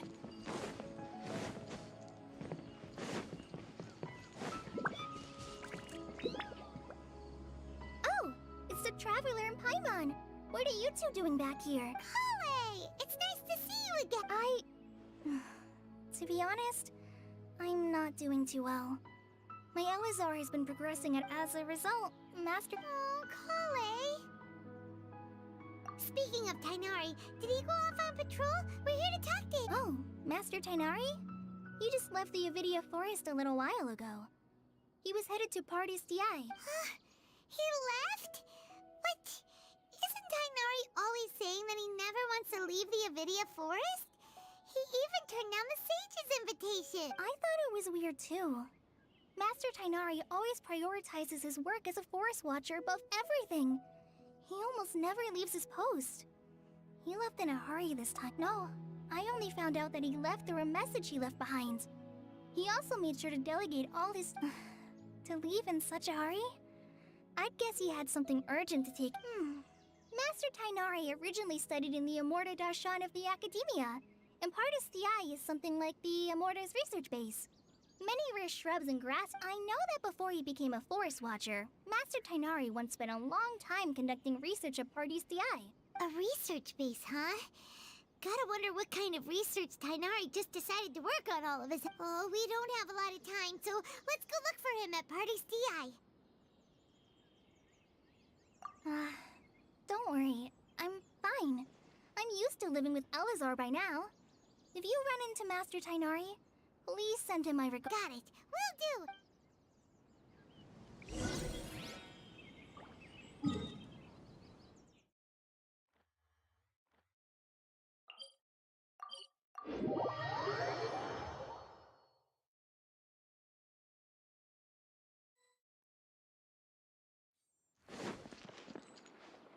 Wait! Look who it is! Thank goodness you're okay. We were so worried about you. Hey, this was supposed to be a touching reunion, but you're ruining the moment. Actually, it's very smart of the Traveler to be wary of me right now. After all, the Doctor has shown that his technology can apparently even control human minds. Plus, it's not like you could have known what happened after we split up, and I was facing the Doctor by myself. Even a pool of stagnant water after a torrential storm can occasionally pass as a patch of sky. Paimon feels like only the real Nahida could come up with such an obscure analogy. Huh? But I wasn't trying to win your trust or anything. All I wanted was to clarify my point. Well, we understand that point now. Please, Nahida, tell us more about what happened. Are those poor people all... When you left, I was still in the middle of restoring everyone's minds. Thankfully, when the Doctor mentioned depositing information into the subconscious, he didn't mean engraving information into their minds. Instead, he did something closer to creating hallucinations. That was still within my power to fix. Luckily, I managed to finish my restorations and mind jump away from him just as he was about to What a relief. The Doctor sure pulled out some hidden cards, but good thing we had Nahida with... I wouldn't be relieved just yet. I gave away my true identity when I restored everyone's minds, which means we've lost another one of our trump cards. Also, the Doctor is already an expert at modifying Akasha terminals. Maybe it's only a matter of time until he captures my consciousness inside. Would that mean you'd no longer be able to jump between minds? Then How do we stop him? He's still at the academia, so it's possible he already started messing with the Akasha. Ugh. It feels like he's toying with us. What a nasty piece of work. Plus, the doctor's combat ability alone is apparently enough to make him worthy of being number 2 of the We shouldn't give up hope just yet. Let's try the... Actually, Nahida, how did you know we were trying to get to Party's DI? Have you been waiting for us? Yes, I have. I can see the Traveler's elemental energy, so I deduced your destination by looking at the direction you were moving. You didn't come here for sightseeing, right? Did you find any leads? We're looking for a scholar we know. His name is Tainari, and the sages once tried to reach out to him. Why don't you come inside with us and see what we can find? Okay. Let's just hope we won't...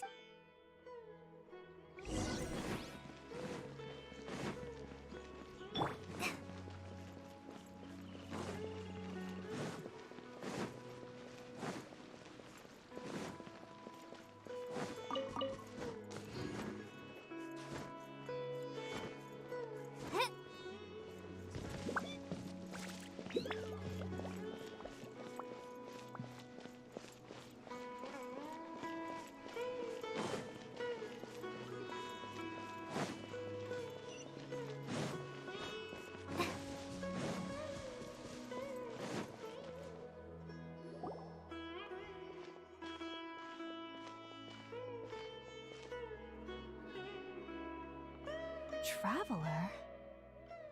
It is you! It's Hypatia!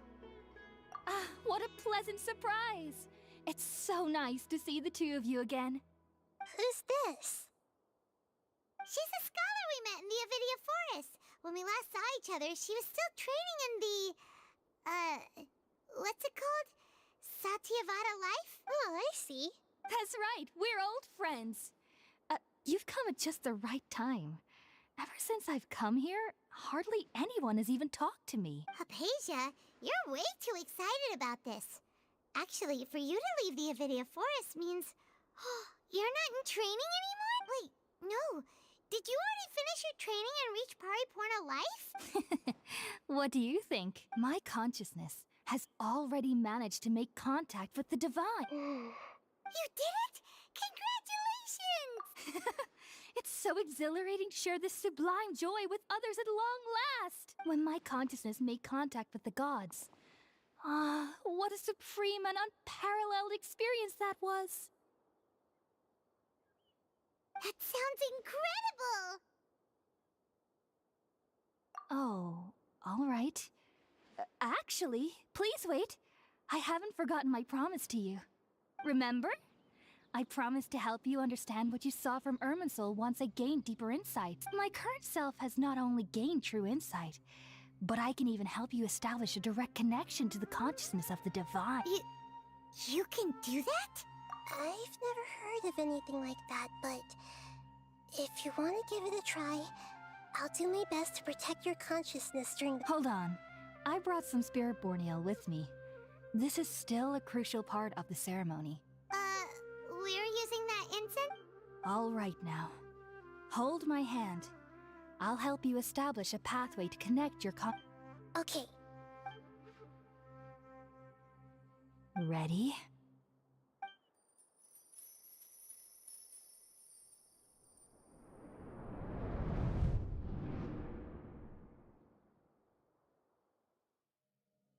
It took 3 betrayals for me to finally understand. The world is just an elaborate tapestry of lies. My fury will never be quelled. The first to betray me was a god. My creator. My mother. Valuing strength above all, she saw no worth in me and I was discarded. The second was a human. My family. My friend. Consumed by fear, he saw me as an abomination. The third was one exactly like me. A hope for the future. A fledgling barely out of the nest. Powerless before his mortality, he broke his promise to me. Humans, they can't be trusted. And the gods fill me with pure loathing. So I said good riddance. I denounce the world and laugh in its face. My chest will never again be defiled by worldly filth. I will scrub away every last trace of human emotion. Then it will be empty, a blank slate, and ready to receive a supreme gnosis, brimming with pure divinity.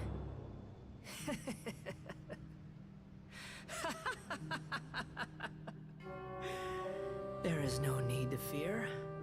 The pain will be brief.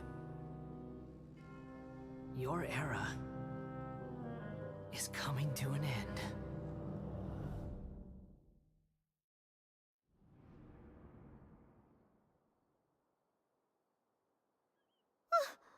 What was that?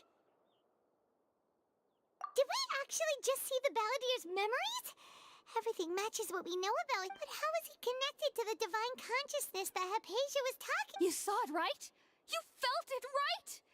Such a majestic god! Such a noble will! Such sublime emotion! Alas, shame. If only that which beats within my chest wasn't a filthy mortal heart. Oh, great and merciful God! Please grant me forgiveness and salvation! Do you understand now?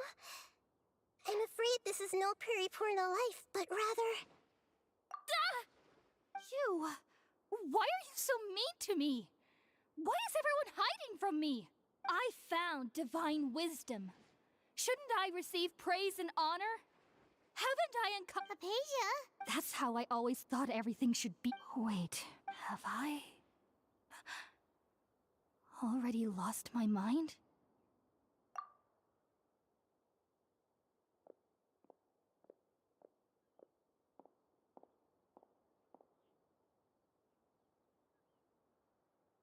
Wait, something isn't right.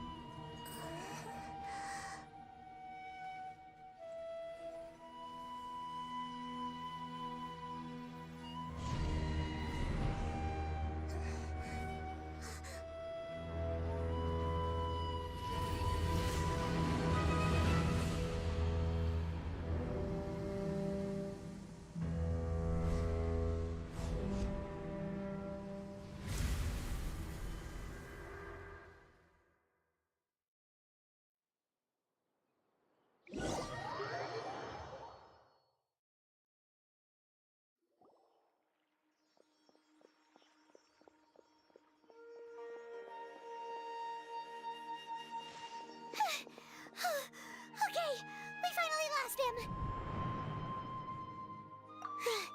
Are you okay, Nahida? Wait, no. Something feels different. You're back! Oh, the Traveler's back? Nahida was controlling your body for a while. It seemed like she jumped over to you as an emergency measure right before the Catherine puppet was destroyed. After that, Kainari heard the commotion and came over. He helped us defeat the mercenaries and then he ran with us all the way here. What? You swapped places? You mean your consciousness also went into Nahida's body? Wait, then where is Nahida's consciousness? Where is she now? I never imagined that an individual's consciousness could be transferred around like this. Had I not seen it with my own eyes, I would have never believed it. I don't think this can be achieved with current human technology. Also, while we were running, the consciousness in your body told me to pass on a message. She said, "The doctor has found a way to trap my consciousness, so I can't journey with you anymore. But even in a moonless night, a shower of starlight can still drown out illusions and lies." Oh no! Nahita's trapped in the sanctuary of Surasthana for good. Was that message all she left for us? It's pretty vague. Oh, that makes sense. Since the doctor captured her, she won't be able to say anything without him knowing. She's being extra careful. Even in a moonless night, a shower of starlight can still drown out illusions and Paimon knows the moon illusions and lies are from the alchemical divination at the... Didn't Nahita use a starlight analogy before? It had something to do with Sataria. Oh, that makes a lot of sense, but she isn't with us anymore. Think we'll be okay? Paimon, you said Sanctuary of Surasthana. Does this mean that this Nahita you're talking about, the consciousness who is occupying the traveler's body, is the Dendro Archon? Your guess is correct, but the situation's a bit complicated, so it's really hard for us to explain. That's all right. A scholar's curiosity doesn't need to be appeased right away. As for the complicated nature of the situation, safe to say I have witnessed that for myself. I've spent some time with you, and it looks like the Dendro Archon's also on your side, so I trust you. Thank you, Tainari. Oh, actually, we came here to ask you a question. What do you know about the project that the sages have been working on? Ah, that. While I was indeed invited to join that project, the sages were always secretive about its scope and goals. So I eventually declined. All I know is that that project has something to do with the restoration of Irminsul. Huh? Did you see something when you were in Nahita's body? What? Do you have any evidence?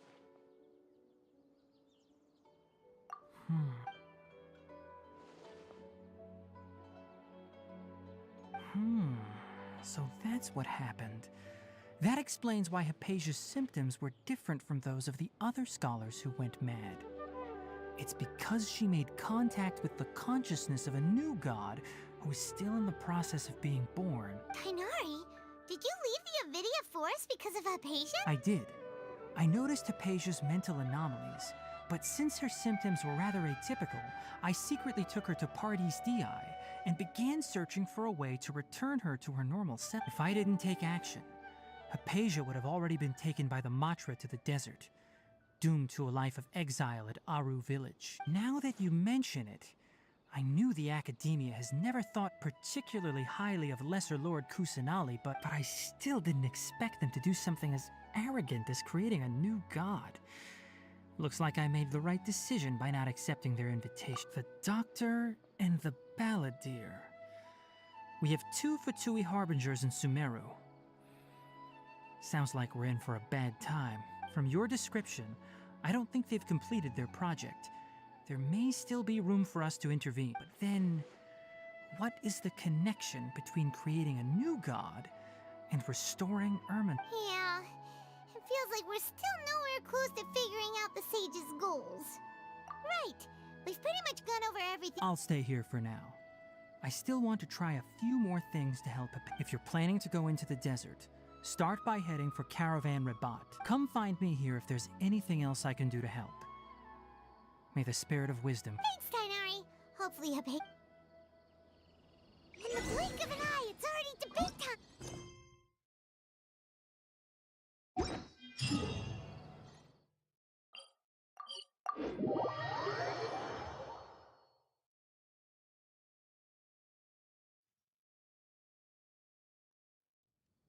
We did a lot of preparations with Nilou. Hopefully they were helpful. Today's Forest Patrol route map. We need to head here first, then make our way...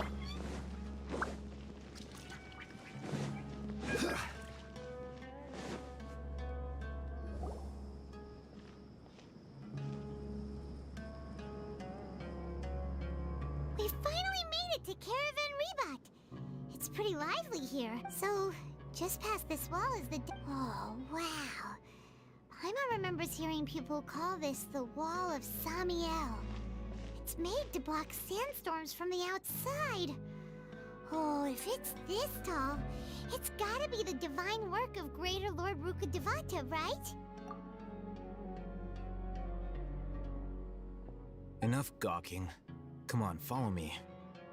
Huh? Over here. Oh, Hylan went that way! Let's hurry up and follow him. Wonder what he's up to.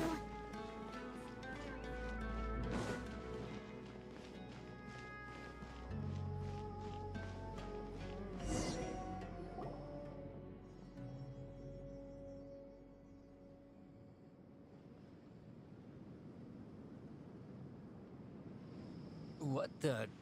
Where did he go? How did we lose him? They were just here a second ago. More Eremite mercenaries? Who are they working for this time? Anyway, Traveler, it seems like we were being followed again. You were too careless. You should have noticed those hopeless amateurs trailing you a long time ago. There's no need to thank me. I've never cared to keep track of personal favors. All I did was correct a mistake I happened to come across. It's a habit I developed at the Academia. You really gave Paimon a scare, Alhaitham. We never thought we'd run into you here. Last time we met at Port Ormos, didn't you say you were going back to the Academia? Wait, don't tell Paimon that you're here to take us back on their orders. Oh, so you've already landed yourselves on the Academia's hit list. I can't say that I didn't expect it. However, had I wished to turn you over to the Academia, don't you think you'd already be the Eremites' honored guests by now? Oh, right. You do have a point. I have no interest in running errands for that project. As a scholar, I've always belonged to the camp that promotes researcher autonomy. And these days, you're more fascinating than anything the sages can offer. Not quite. To tell you the truth, I'm still investigating the Divine Knowledge Capsule. Unfortunately, I've run into some difficulties. Everyone says the capsule originated in the desert and was eventually moved to Port Ormos. If I am to get to the bottom of this, I must understand how the capsule first came to be. Which brings me back to you, and why you're so interesting. The leader of Ainul Ahmar used the Divine Knowledge Capsule right in front of you, and upon seeing him, your expression became perplexed, and you were lost in thought for quite some time. To have that kind of reaction, I think you must have realized something. Are you interested at all in sharing what you've been... Alhaitham, you really have a ridiculous eye for detail. What kind of person even notices or remembers stuff like that? So that's your answer. Well, I do work for the Academia after all. So considering that, it is indeed wise to keep your cards close to your chest. But that does prove you do have some undisclosed information about the Divine Knowledge Capsule. Am I right? No matter. Rather than simply learning the answers from you, I'd still prefer to investigate on my own. Speaking of, you two are also headed to the That's right! We have the same plan as you! But we don't really have any concrete goals at the moment. Then I'd suggest starting with Aru Village. It's the largest settlement in the desert, so it'll probably have more resources and intel than anywhere else. Well, would you like to head there together? It's always better to...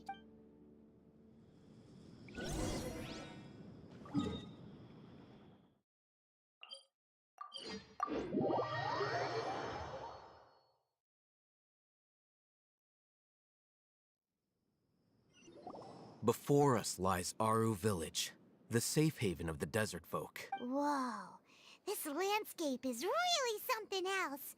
What a cool place! Let's go check it out!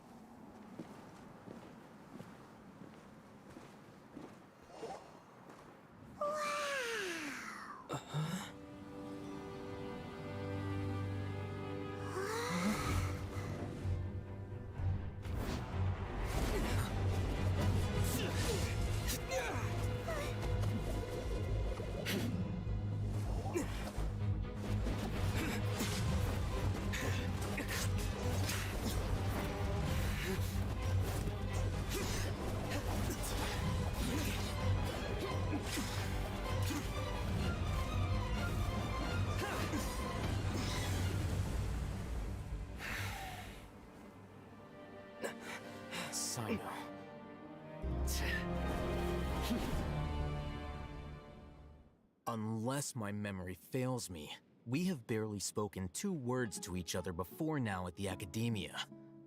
Would you care to enlighten me as to when and how I invited the General Mahamatra's wrath? Oh, Hytham. Do not think you can escape my judgment, just because you managed to escape my attack. Judgment? So that's how you'd characterize your actions here, is it? Or would elimination perhaps be a more accurate description? Had I used my full strength, not even this traveler would have been able to stop me. Though styled like an assassination, I sought only to ensure that my target would be unable to flee or resist.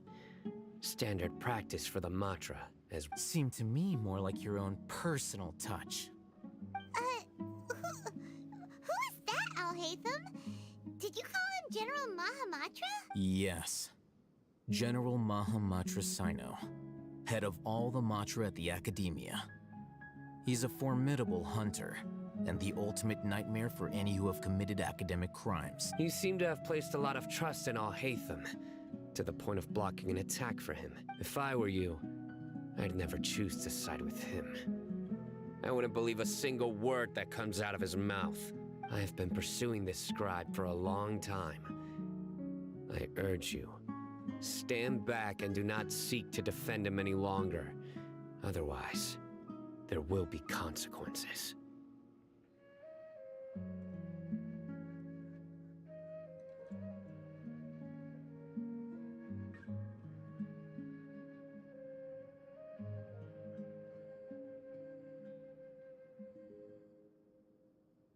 Has Alhaitham done something wrong? Hyman doesn't think he's as bad as you've made him out to be. I won't waste my breath explaining things. Alhaitham, I saw it during our fight. Take it out. The divine knowledge capsule you're hiding on your person. Unless you want me to retrieve it for myself. Very perceptive of you. Nothing escapes a Matra's senses. Wait, the divine knowledge capsule? Didn't it fall into the Matra's hands in Port Ormos?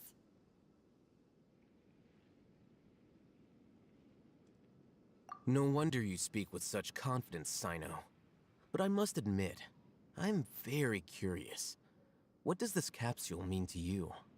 And why, as General Mahamatra of the Academia, are you all alone in the desert?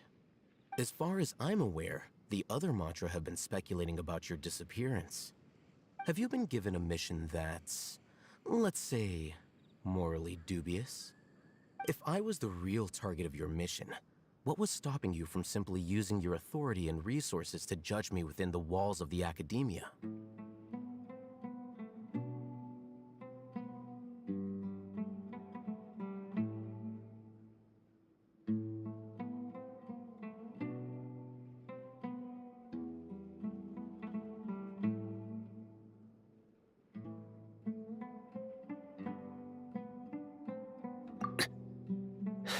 I should have known you'd be difficult to deal with. You two? Ugh! What you would do, Traveler? Paimon feels like we can't trust either of them. Ahem. Well, look at you two, acting all tough and self-righteous over there. Wait, Dia? Great! Finally someone that we can trust! You gotta help us out here. Otherwise, these two are gonna start fighting again! Yeah, sure looks that way. 2 giants from the Academia duking it out once and for all. Not something you get to see every day, that's for sure. Listen, I know you academic types love to fill up your big brains with self-righteous morality and lord your empty rules and virtues over each other. But how dare you bring your petty disputes into the safe haven of Aru Village? It seems like someone's gonna have to beat some sense into your thick skulls until you finally learn to respect these grounds.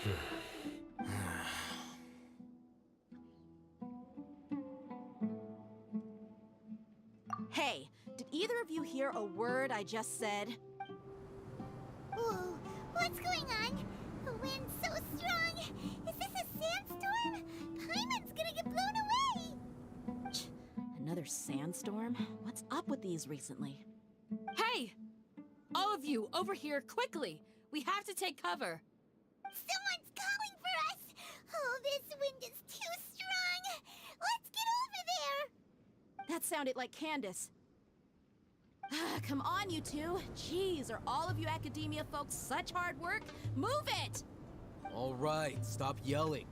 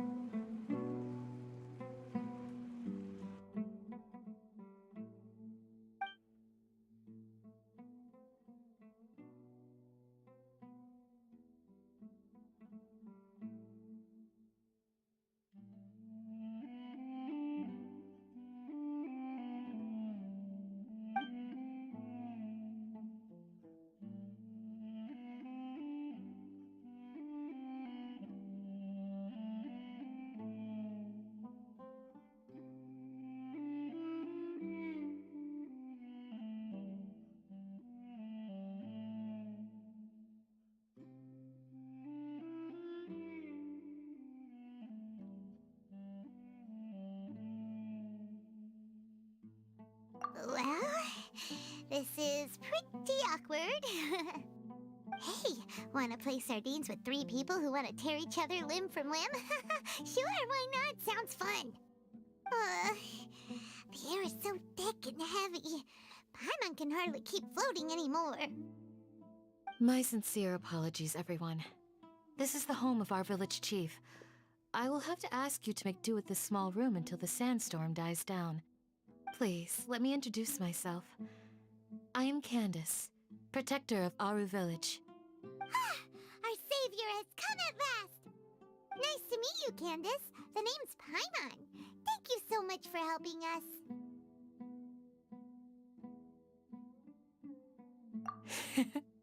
There's no need to thank me. It's only right to help each other when the weather gets rough. Wow, she's so gentle and caring, like a nice older sister. Unlike those guys over there. All right. Now that we're all better acquainted, we should return to the topic at hand. As a guardian charged with the responsibility to protect my fellow villagers from harm, I was observing your conflict from afar, even before the sandstorm started. And now that you have set foot within our village itself, it is all the more my responsibility to make absolutely sure that you pose no threat whatsoever to us. So please, have an honest and sincere conversation with one another, and put your hostile feelings to rest. If anyone dares to start anything again while they are under this roof, I will not hesitate to send them out for some quality time with the creatures of the sandstorm. Oh, on second thought, Paimon may have misjudged Candace's character. And that goes for you too, Miss Dia. Do I make myself clear? All right, we got it, Candace. That's what I like to hear. So, which of you will begin? I was supposed to be a mediator, but I might have gotten a little too involved just now. Anyway, one of those two should probably start talking. Wait, that was you trying to be a mediator? I have nothing to hide, so there's no shame in explaining myself. While Alhaitham wasn't wrong about the other Matra not knowing my whereabouts, it's not because I've been assigned a morally dubious mission. Rather, I've chosen to exile myself. Huh? Exile yourself? A little while ago, I discovered that there was data missing in the Academia's project planning and development files. What little they did report clearly did not match the project's actual progress. As General Mahamatra, I had the responsibility and authority to request an audit. However, to my surprise, the person responsible for the erroneous data was none other than Grand Sage Azar himself. I tried to investigate the issue myself before submitting a formal audit request, but I soon found that all leads and potential pieces of incriminating evidence were carefully concealed from me. I began to realize that they were cautious of me from the very beginning. Unsurprisingly, the Grand Sage rejected my audit request as soon as the submission reached his desk. He even said to me, "The power of the General Mahamatra is granted by the sages. You have no right to judge us." So they really are up to no good. I realized then that to the Grand Sage, the Matra are nothing more than tools for the sages to assert and maintain their control over knowledge. The vows that we took, the principles that we strive to uphold, they are meaningless to the academia of today. I believed it would be wise to flee the academia before the sages had a chance to take action against me. This way, they can no longer see nor predict my actions. I will never give up on this investigation. There's no need for someone else to give me power or authority. Once I find the truth, I will administer judgment by my own name. Sino seems to have the same goal as us. We're all investigating the sages. Plus, now that he's no longer the General Mahamatra, he somehow feels a lot less scary. Well, Sino, if that's your story, then why did you see Alhaitham as a target? When I was investigating the matter in the academia, I overheard a conversation between Alhaitham and a sage. The sages asked you to investigate a blonde-haired traveler. Do you dispute this, Alhaitham? What? Like many parts of the project, this assignment was undocumented. Now throw in your suspicious behavior with the Divine Knowledge Capsule, and I think we deserve an explanation. Yes. I was indeed tasked with investigating the Traveler. Alhaitham! After all, the promised reward was so great that hardly any scholar could have refused. The sage told me, once you've completed this assignment, I can give you a glimpse of divine knowledge. A most enticing offer. Unfortunately, those academics don't know me at all. Their words contained one key piece of information, namely that divine knowledge indeed exists. That gave me all I needed to know. From my perspective, the sages are far from trustworthy. Think about it. Isn't it a little strange they're so willing to share divine knowledge with anyone, even as a reward? So, I began my own investigation following the lead of the Divine Knowledge Capsule. In the end, I realized my wisdom in committing to this rather than collaborating with the sages. Had I been less guarded, I probably would have ended up like that Ain al-Ahmar mercenary, incapable of remaining sane for long enough to hold a conversation. You mean that the sages originally planned to dispose of you, using one of those capsules that drive people insane? I'd already given up on the assignment by then. I only told the academia I was waiting in Port Ormos for you to appear so they wouldn't suspect anything. So it came as quite a surprise when I encountered my erstwhile target while investigating the Divine Knowledge Capsule. Criminals do love to talk about coincidences. Even though I ran into the Traveler by chance, I had no intention of providing assistance to the academia. Also, you should remember, you were the ones who decided to follow me and strike up a conversation after I left that tavern. That's true. Alhaitham helped us out at Caravan Rebot as well.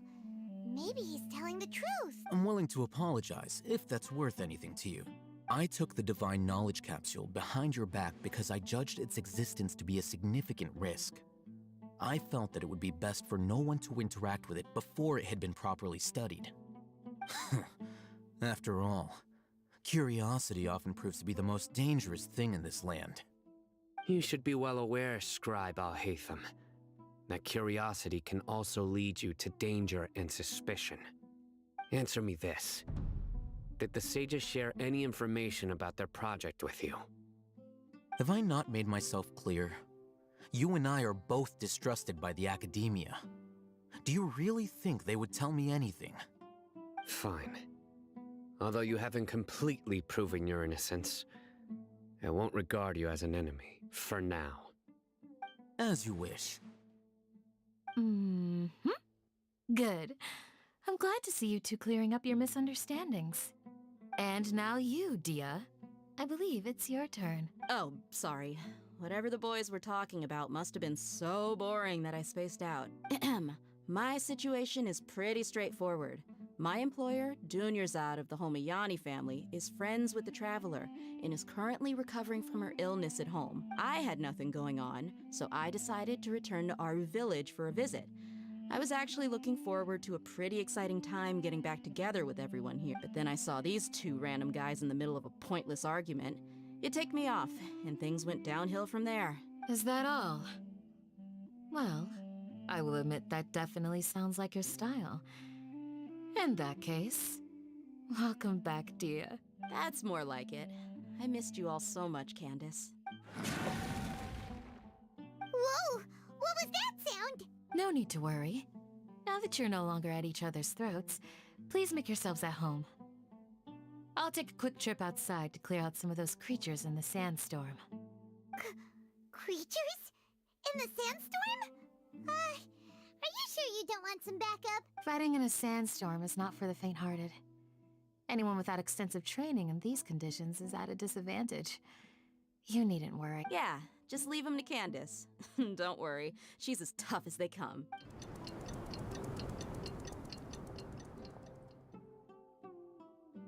The wind's died down. That means the sandstorm's over, right? Candace still isn't back yet, though. Is she alright? Maybe we should go out and check on... When you put it that way, even I'm starting to feel a little worried. All right, let's go. We've been here long enough, and the boys are as chatty as...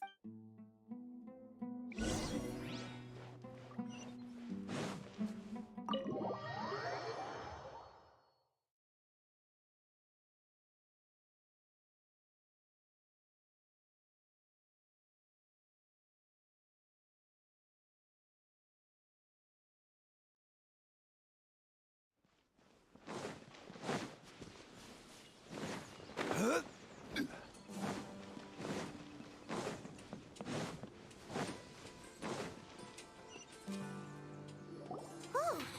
Candace, you're still fighting? You've been out here dealing with these creatures the entire time? Yes. They just keep coming in waves. I've lost count of how many I've defeated.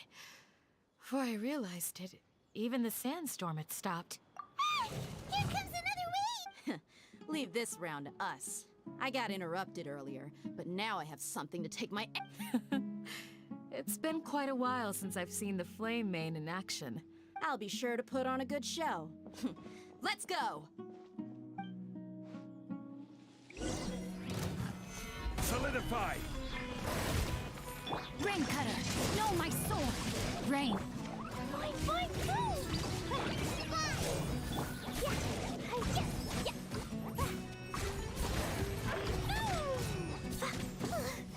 Here comes another wave! When are they ever gonna let up?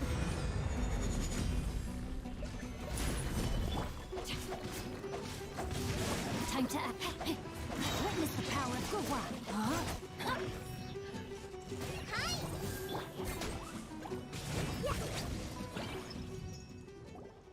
The creature stopped appearing.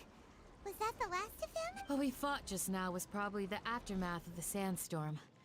So we should be safe for the time being. Well fought, everyone. No injuries, I hope. Huh? Who are you? Ah, my apologies. I haven't had a chance to greet you yet. I had my hands full taking care of the village's elderly and children. I am the chief of Aru Village. Everyone usually calls me Uncle Anpu.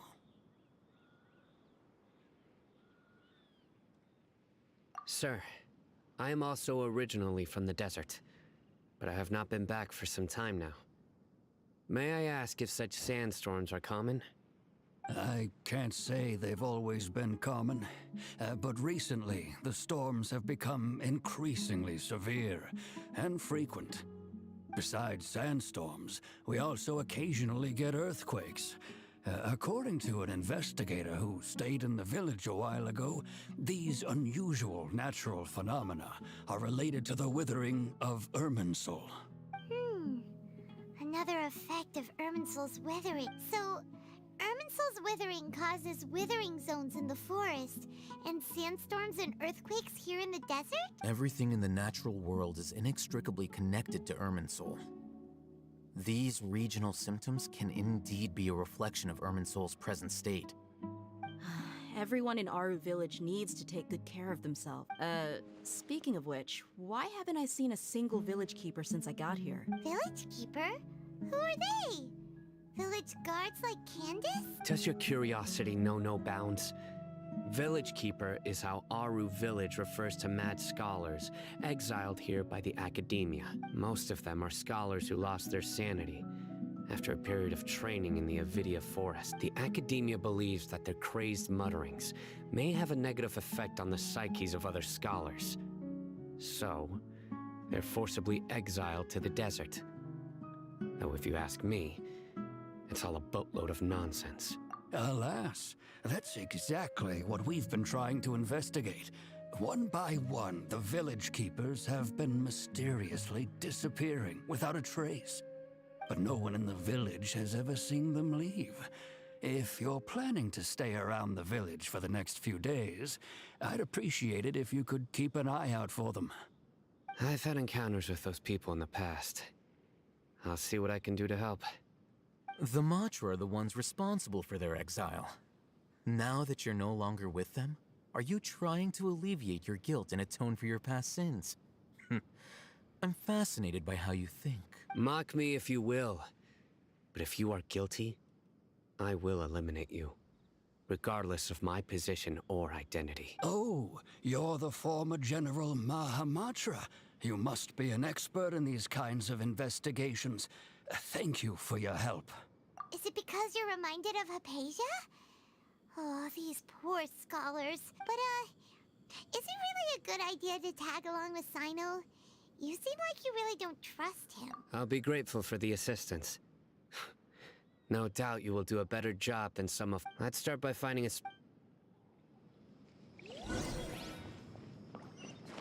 La la la.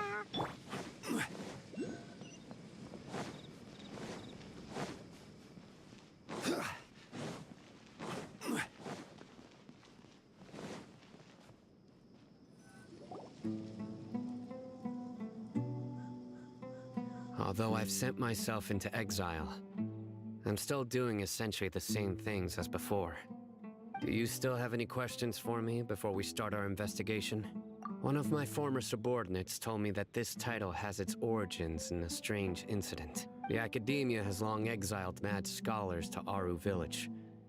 A mysterious phenomenon exists here. When mad scholars first arrive, they are as incoherent and deranged as before. But after spending some time here, they invariably begin to... Initially, the people of Aru Village greatly resented having to take in the mad scholars. But a strange incident one night changed that. Aru Village was struck by the strongest earthquake in living memory. Seeing buildings on the verge of collapse all around him, the then chief of the village was preparing to take everyone to safety. Suddenly, he noticed a mad scholar crouching in a corner, caressing the ground with his hands. A soft, green light radiated from him, like a divine glow against the backdrop of night. Despite the powerful tremors that ripped through the ground that night, all the houses remained upright, almost as if they had grown roots reaching deep into the ground. In the end, not a single building collapsed, and no one was hurt. After that, the people of Aru Village treated the mad scholars with greater kindness, and began to refer to them as the village keepers. A soft green light? A mad scholar protecting Aru Village? What do you make of it, Trav? Paimon thinks so too. Actually, Sino, do you know if any of the mad scholars continued to wear their Akasha terminals at... In theory, they would continue wearing them so the Academia could still monitor their activities. With that said, the main Akasha system would know... Oh, no wonder! Everything makes sense then! Add in the fact that they calmed down, it was probably Nahida who calmed them. If you are able to draw a conclusion from this one story alone, then it appears you possess much more information than I do. So, what do you make of the story? Really? Lesser Lord Kusanali. What? You don't believe us? Lesser Lord Kusanali was definitely using the Akasha to give her power to the Mad Skull. No, it's not so much that I don't believe you. I'm just struck by your reasoning. Lesser Lord Kusanali, the current Dendro Archon. Is she really active in Sumeru? The Academia has always placed far greater importance on the late Greater Lord Rukkhadevata. They've more or less ignored Lesser Lord Kusanali, and I've never had any reason to doubt their views. In addition, I've never heard any stories about Lesser Lord Kusanali and her deeds. To me, she might as well have been a god that never existed. No way! Nahida definitely exists! She's a... how should Paimon put it? She's a good Archon who's kind and wise, even if she says weird stuff sometimes. I've spent many years interrogating criminals, so I can easily tell when someone is lying. Good! Then you should know that we're telling the truth. That look in your eyes. I've never seen that from a liar. You two really must have met Lesser Lord Kusanali. How can this be? To think, our Archon has been amongst us this entire time. Alright, now it's our turn to put our skills to good use for this invest, but easier said than done. Especially since... Excuse me, are you here to help me find my grandpa? Huh? Who are you? By the sounds of it, a resident of this village. My name is Isak. You'll help me find my grandpa, right? Is your grandpa a mad scholar? Hey, don't say that. Grandpa is just Grandpa. Why do you have to call him that? It's not like he's a bad person or anything. The person you're referring to is not a local, yet you are. Why do you call him Grandpa? Grandpa is just Grandpa. He's my family. I heard everything you said to the village chief. Please, you gotta take me with you. I want to find my grandpa. I swear I'll help. I won't be a nuisance. Ah, so you're the one who was eavesdropping on us around the village chief's house. I was planning to go out and take care of whoever it was, but I had a vague feeling that they didn't harbor any ill intent. Whoa. Hylan wasn't kidding about Matra having sharp senses. Sino, he's just a kid. All he wants is to find his grandpa. Let's find a way to help. Sorry. I was only listening in because I wanted to know where Grandpa went. Honest. If you don't believe me, you can ask Miss Candace. All right. But first...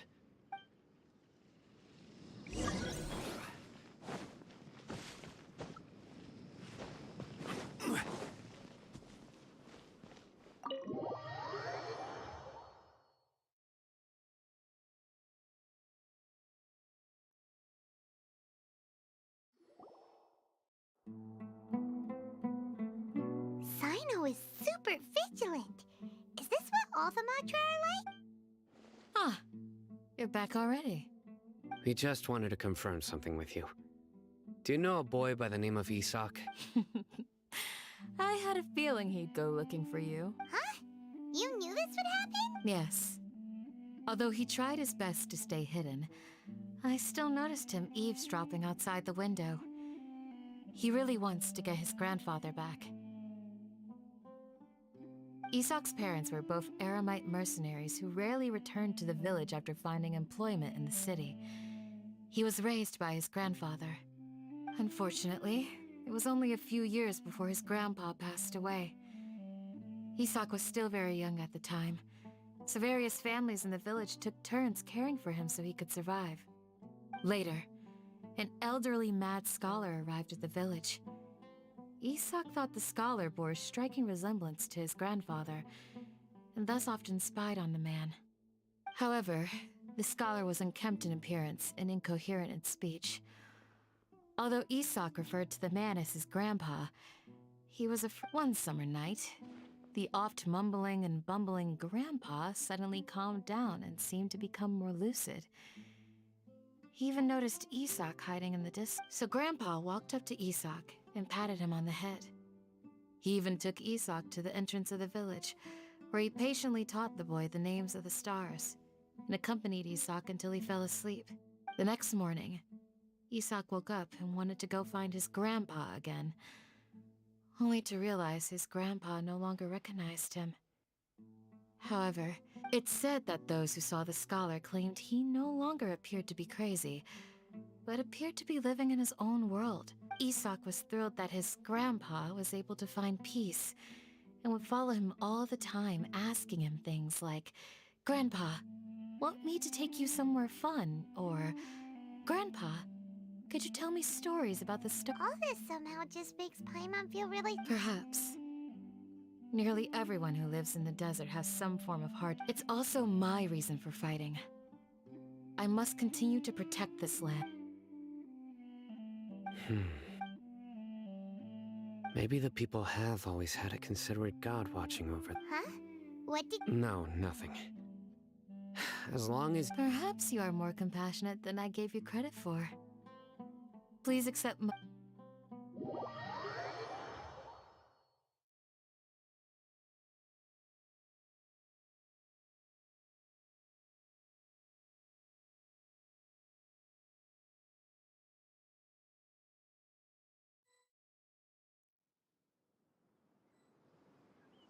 Hey, Isak! Oh, it's you guys! We've cleared everything up. Let's go find your grandpa. Really?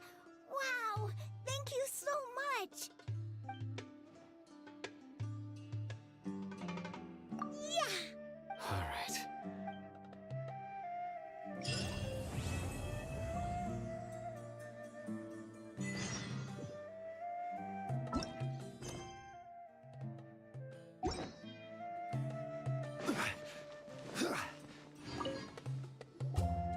Excuse me, did you happen to see where the missing... You mean the village keepers? Oh, let me think. When I was eating dinner the other day, I saw one of them by the side of the road, muttering away and eating mushrooms and tree roots. They shouldn't go around eating... Okay. Did you notice anything else? Anything else?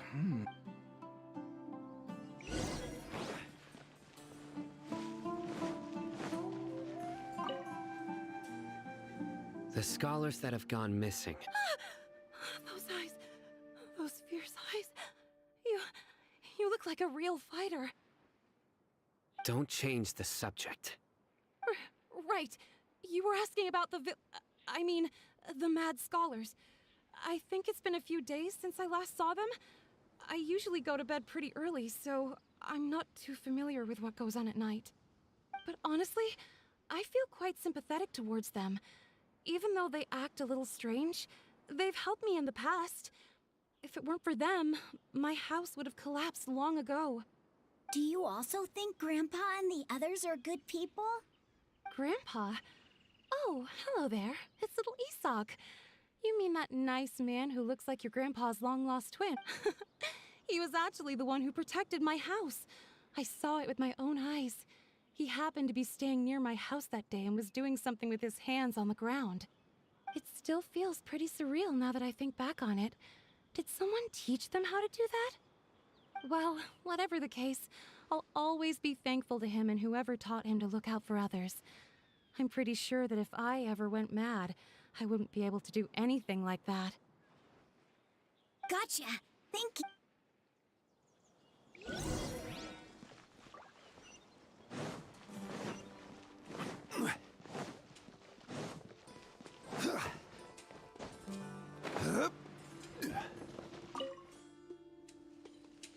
Sir, have you seen my grandpa recently?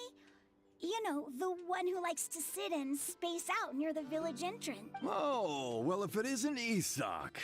Oh, your grandpa, huh? It's been a while.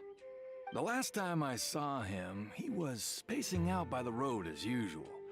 I went and asked him if he'd like any of the food I had prepared, despite my wife's protests. Like many people, she's really quite terrified of them. And speaking of my wife, she's still always complaining about how I don't make enough mora. That might explain why she's always mad at me. Oh, thank you. Thank you for taking care of him. It was nothing. You're looking for him, right? Did he go for a walk and get lost? Yeah. that's no good. Well, once you found him, come by my place again and I'll cook a little something for the both of you. I've known you since you were very young, so as far as I'm concerned, you're family. Please feel free to come by anytime. Wow, what a nice guy! Okay, thank you, sir. Huh?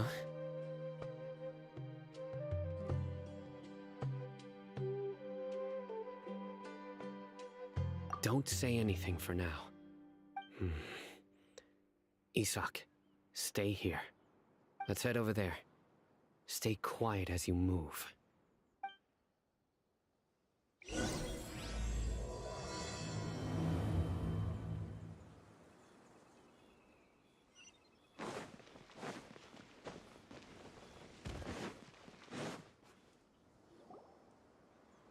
Listen, see if you can make out what they're saying. Have you heard? The mighty King Deshret, the sovereign of our faith, will soon return to this world. Yes, of course I have. King Deshret is the one and only true ruler of this land. I've never believed in any other gods. Still, you say he's coming back, but it sure doesn't feel like life's about to change around here anytime soon. What's your proof? Haven't you noticed? The village has been getting more deranged scholars than ever. Delavar was saying that many people also went insane just before the fall of King Deshret's civilization in ancient times. We don't quite know why, but it seems like there's some sort of connection between insanity and King Deshret. Isn't it a sign of King Deshret's power that all the mad scholars have disappeared? If you ask me, they must have been chosen as the final sacrifice for King Deshret's Huh. Now that you say it, that does make some sense. Exactly. Those city folks will get— Now, repeat everything you've just said from the very beginning. Huh? Who are you? Where did you come from? My patience is running thin. You heard what I asked.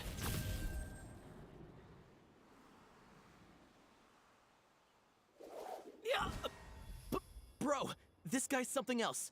Just look at his eyes. One wrong move, and he's gonna flay us alive. Let's not get on his bad side, okay? I am no match for this guy. Oh, okay, good sir. What is it you would like to know? Tell me about King Deshret's resurrection.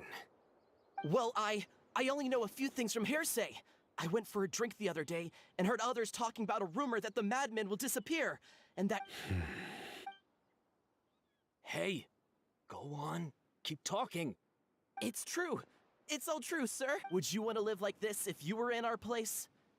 The Radic Delavar also said that once King Deshret returns to our side, it's only a matter of time before we conquer the land on the other side of the wall. They're all willing to serve under King Deshret and fight for a share of the glory. Is that so? Seems like he's— got it!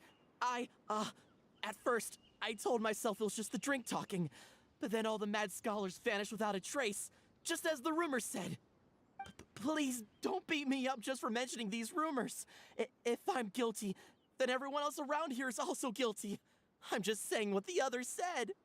The people here really like King Deshret, but dislike the Dendro Archon.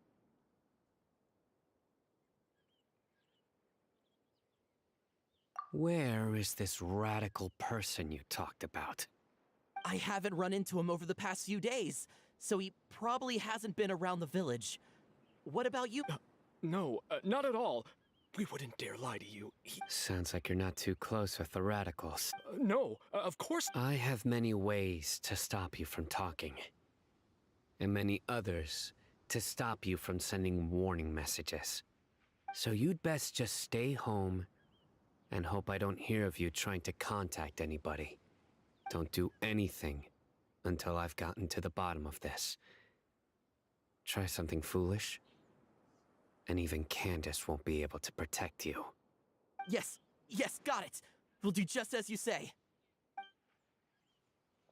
That scared Paimon half to death. Sino is pretty terrifying.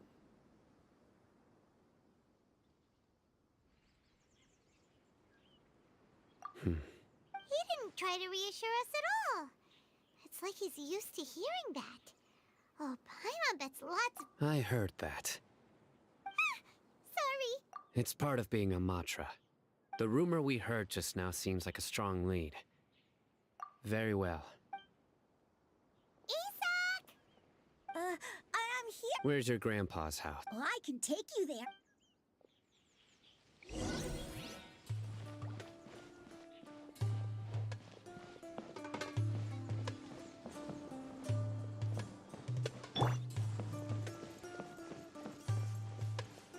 Grandpa? Oh, he likes to be alone. Sometimes he stares at the sky in a daze, and other times he just pokes at the ground with his fingers. Every now and then, he yells out at the top of his lungs, so a lot of people are really scared of him. But he's a good person, really. I know he is. I swear, he's just like my real grandpa.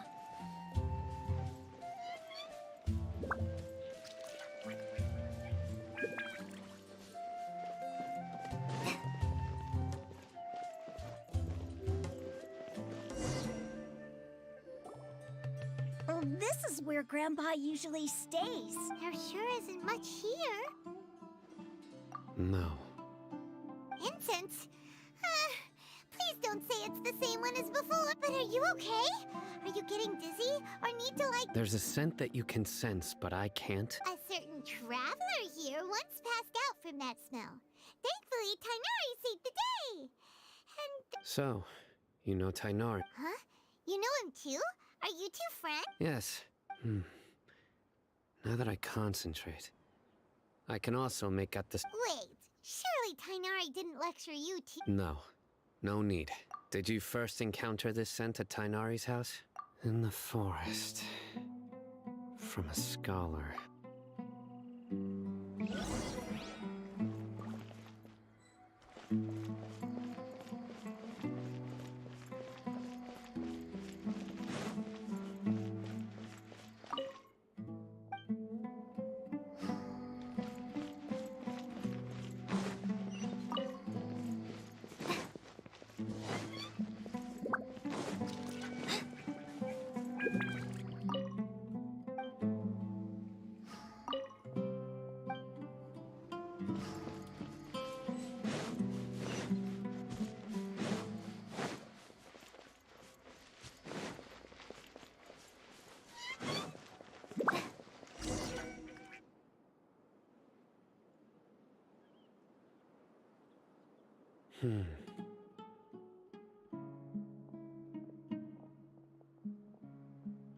What are you looking for, Sino? Here it is. Take a look right here. Paimon doesn't see anything. Although the traces have been completely buried in the sand, there are footprints here. From the size and shape, they belong to an adult male. This pattern is a common one from this area. Local shoes. This was probably someone from the village. The scent is quite faint. But who would come looking for Grandpa? He doesn't have any friends. We'd have to ask whoever lured him away with the incense. Huh? So you can lure someone away with just a scent? Hey! What's wrong with liking good food? Everyone's got something they love in life. Exactly. Most scholars are fond of incense, since the smell supposedly helps them clear their minds and discover new knowledge. Even deep within the clutches of madness, they still yearn for their knowledge-seeking days, and will follow the scent whenever it presents itself. No, Grandpa. So, someone's taking advantage of their weakness? Huh. Still, why would anyone want to abduct all the scholars? Are the rumors really true? Could the disappearance of all... It's highly... Please, you have to save my Grandpa. Grandpa's never done any... Sounds like we'd better help get him back. Let's head to Aru Village and inform Candace and the others.